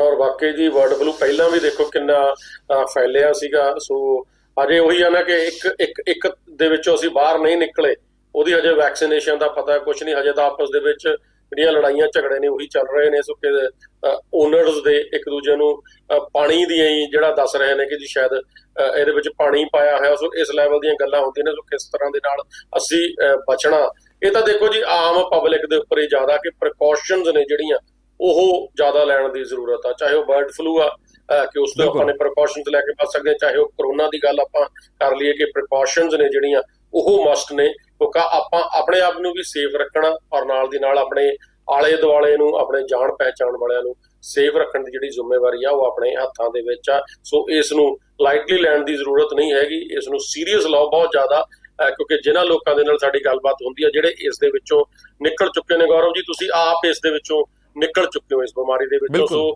ਜਿਹੜੇ ਇਸ ਦੇ ਵਿੱਚੋਂ ਨਿਕਲੇ ਨੇ ਉਹਨਾਂ ਨੂੰ ਇਸ ਦੇ ਬਾਰੇ ਜ਼ਿਆਦਾ ਪਤਾ ਕਿ ਕਿੰਨੀ ਕੁ ਖਤਰਨਾਕ ਆ ਜਿਹੜੀ ਉਹ ਹੋ ਸਕਦੀ ਆ, ਪਰ ਜਿਹੜੇ ਨਹੀਂ ਉਸ ਦੇ ਵਿੱਚ ਗਏ ਉਹ ਉਸ ਚੀਜ਼ ਨੂੰ ਕਈ ਵਾਰ ਲਾਈਟਲੀ ਲੈ ਲੈਂਦੇ ਨੇ। ਸੋ ਇਹੀ ਦੋਸਤੋ ਸਾਰਿਆਂ ਨੂੰ ਜਿਹੜੀ ਹੈਗੀ ਆ ਜੀ ਰਿਕੁਐਸਟ ਕਰਦੇ ਆ ਕਿ ਪੈਰਲਲ, ਚਲੋ ਬਾਕੀ ਕੰਮਕਾਰ ਵੀ ਸਾਰੇ ਚੱਲਣੇ ਨੇ, ਪਰ ਆਪਾਂ ਨੇ ਪੈਰਲਲ ਆਪਣੇ ਆਪ ਨੂੰ, ਜਿਹੜੀ ਆਪਣੀ ਸਿਹਤ ਆ ਉਸ ਨੂੰ ਵੀ ਬਚਾ ਕੇ ਰੱਖਣਾ। ਸੋ ਗੌਰਵ ਜੀ ਸਮਾਂ ਵੀ ਆਪਣਾ ਸਮਾਪਤ ਆ, ਬਿਲਕੁਲ ਜੀ। ਸੋ ਲਈਏ ਜੀ ਆਪਾਂ ਇਜਾਜ਼ਤ, ਔਰ ਸਾਰੇ ਦੋਸਤਾਂ ਮਿੱਤਰਾਂ ਦਾ ਬਹੁਤ ਬਹੁਤ ਧੰਨਵਾਦ ਕਰਦੇ ਆ ਜਿਹੜੇ ਤੁਸੀਂ ਸਵੇਰੇ ਹਰ ਰੋਜ਼ ਪੰਜਾਬ ਪੁਆਇੰਟ ਦੇ ਨਾਲ ਜੁੜਦੇ ਹੋ। ਹਰ ਰੋਜ਼ 9 ਵਜੇ ਤੋਂ ਲੈ ਕੇ 10 ਵਜੇ ਤੱਕ ਪੰਜਾਬ ਪੁਆਇੰਟ ਪ੍ਰੋਗਰਾਮ ਸਫਰ ਟੀਵੀ ਦੇ ਉੱਪਰ ਤੁਸੀਂ ਦੇਖਦੇ ਹੋ, ਵੱਖੋ ਵੱਖਰੇ ਜ਼ਰੀਏ ਦੇਖਦੇ ਹੋ, IPTVs ਦੇ ਉੱਪਰ ਦੇਖਦੇ ਹੋ, YouTube, Instagram, Facebook। ਸੋ ਜ਼ਰੂਰ ਜਿਹੜਾ ਸਫਰ ਟੀਵੀ ਦਾ ਪੇਜ ਆ ਜੀ ਉਹਨੂੰ ਲਾਈਕ ਵੀ ਕਰੋ, ਸ਼ੇਅਰ ਵੀ ਕਰੋ, ਔਰ ਜਿਹੜੀ ਵੀਡੀਓ ਹੁੰਦੀ ਆ ਉਸ ਨੂੰ ਵੀ ਤੁਸੀਂ ਅੱਗੇ ਚੱਲਦੀ ਵੀਡੀਓ ਨੂੰ, ਲਾਈਵ ਨੂੰ ਸ਼ੇਅਰ ਜ਼ਰੂਰ ਕਰਿਆ ਕਰੋ ਤਾਂ ਕਿ ਬਾਕੀ ਸਾਡੇ ਦੋਸਤਾਂ ਮਿੱਤਰਾਂ ਤੱਕ ਪਹੁੰਚ ਸਕੇ। ਔਰ ਵੱਖੋ ਵੱਖਰੇ ਪ੍ਰੋਗਰਾਮ ਸਫਰ ਟੀਵੀ ਦੇ ਉੱਪਰ ਸ਼ਾਮ ਨੂੰ ਵੀ ਲਾਈਵ ਚੱਲਦੇ ਨੇ, ਗੁਰਦੁਆਰਾ ਸਾਹਿਬ ਤੋਂ ਵੀ ਲਾਈਵ ਚੱਲਦੇ ਨੇ। ਸੋ ਆਉਣ ਵਾਲੇ ਦਿਨਾਂ ਦੇ ਵਿੱਚ ਹੋਰ ਕਾਫੀ ਪ੍ਰੋਗਰਾਮ ਨੇ ਜਿਹੜੇ ਪੰਜਾਬ ਤੋਂ ਵੀ ਜਿਹੜੇ ਸ਼ੁਰੂ ਕਰਨ ਜਾ ਰਹੇ ਆ। ਸੋ ਜ਼ਰੂਰ ਟਿਊਨ ਇਨ ਰੱਖਣਾ ਜੀ। ਜਿੰਨੇ ਵੀ ਦੋਸਤ ਜੁੜੇ ਹੋ, ਇੱਕ ਵਾਰ ਫਿਰ ਤੋਂ ਤੁਹਾਡਾ ਸਾਰਿਆਂ ਦਾ ਬਹੁਤ ਬਹੁਤ ਧੰਨਵਾਦ। ਕੱਲ ਨੂੰ ਦੁਬਾਰਾ ਤੁਹਾਡੇ ਨਾਲ ਫਿਰ ਮੁਲਾਕਾਤਾਂ ਹੋਣਗੀਆਂ। ਸਾਰਿਆਂ ਨੂੰ ਪਿਆਰ, ਅਦਬ, ਸਤਿਕਾਰ ਦੇ ਨਾਲ ਸਤਿ ਸ਼੍ਰੀ ਅਕਾਲ। ਪਰਮਾਤਮਾ ਸਾਰਿਆਂ ਨੂੰ ਚੜ੍ਹਦੀ ਕਲਾ ਚ ਰੱਖੇ। ਇਜਾਜ਼ਤ ਦਿਓ। ਸਤਿ ਸ਼੍ਰੀ ਅਕਾਲ।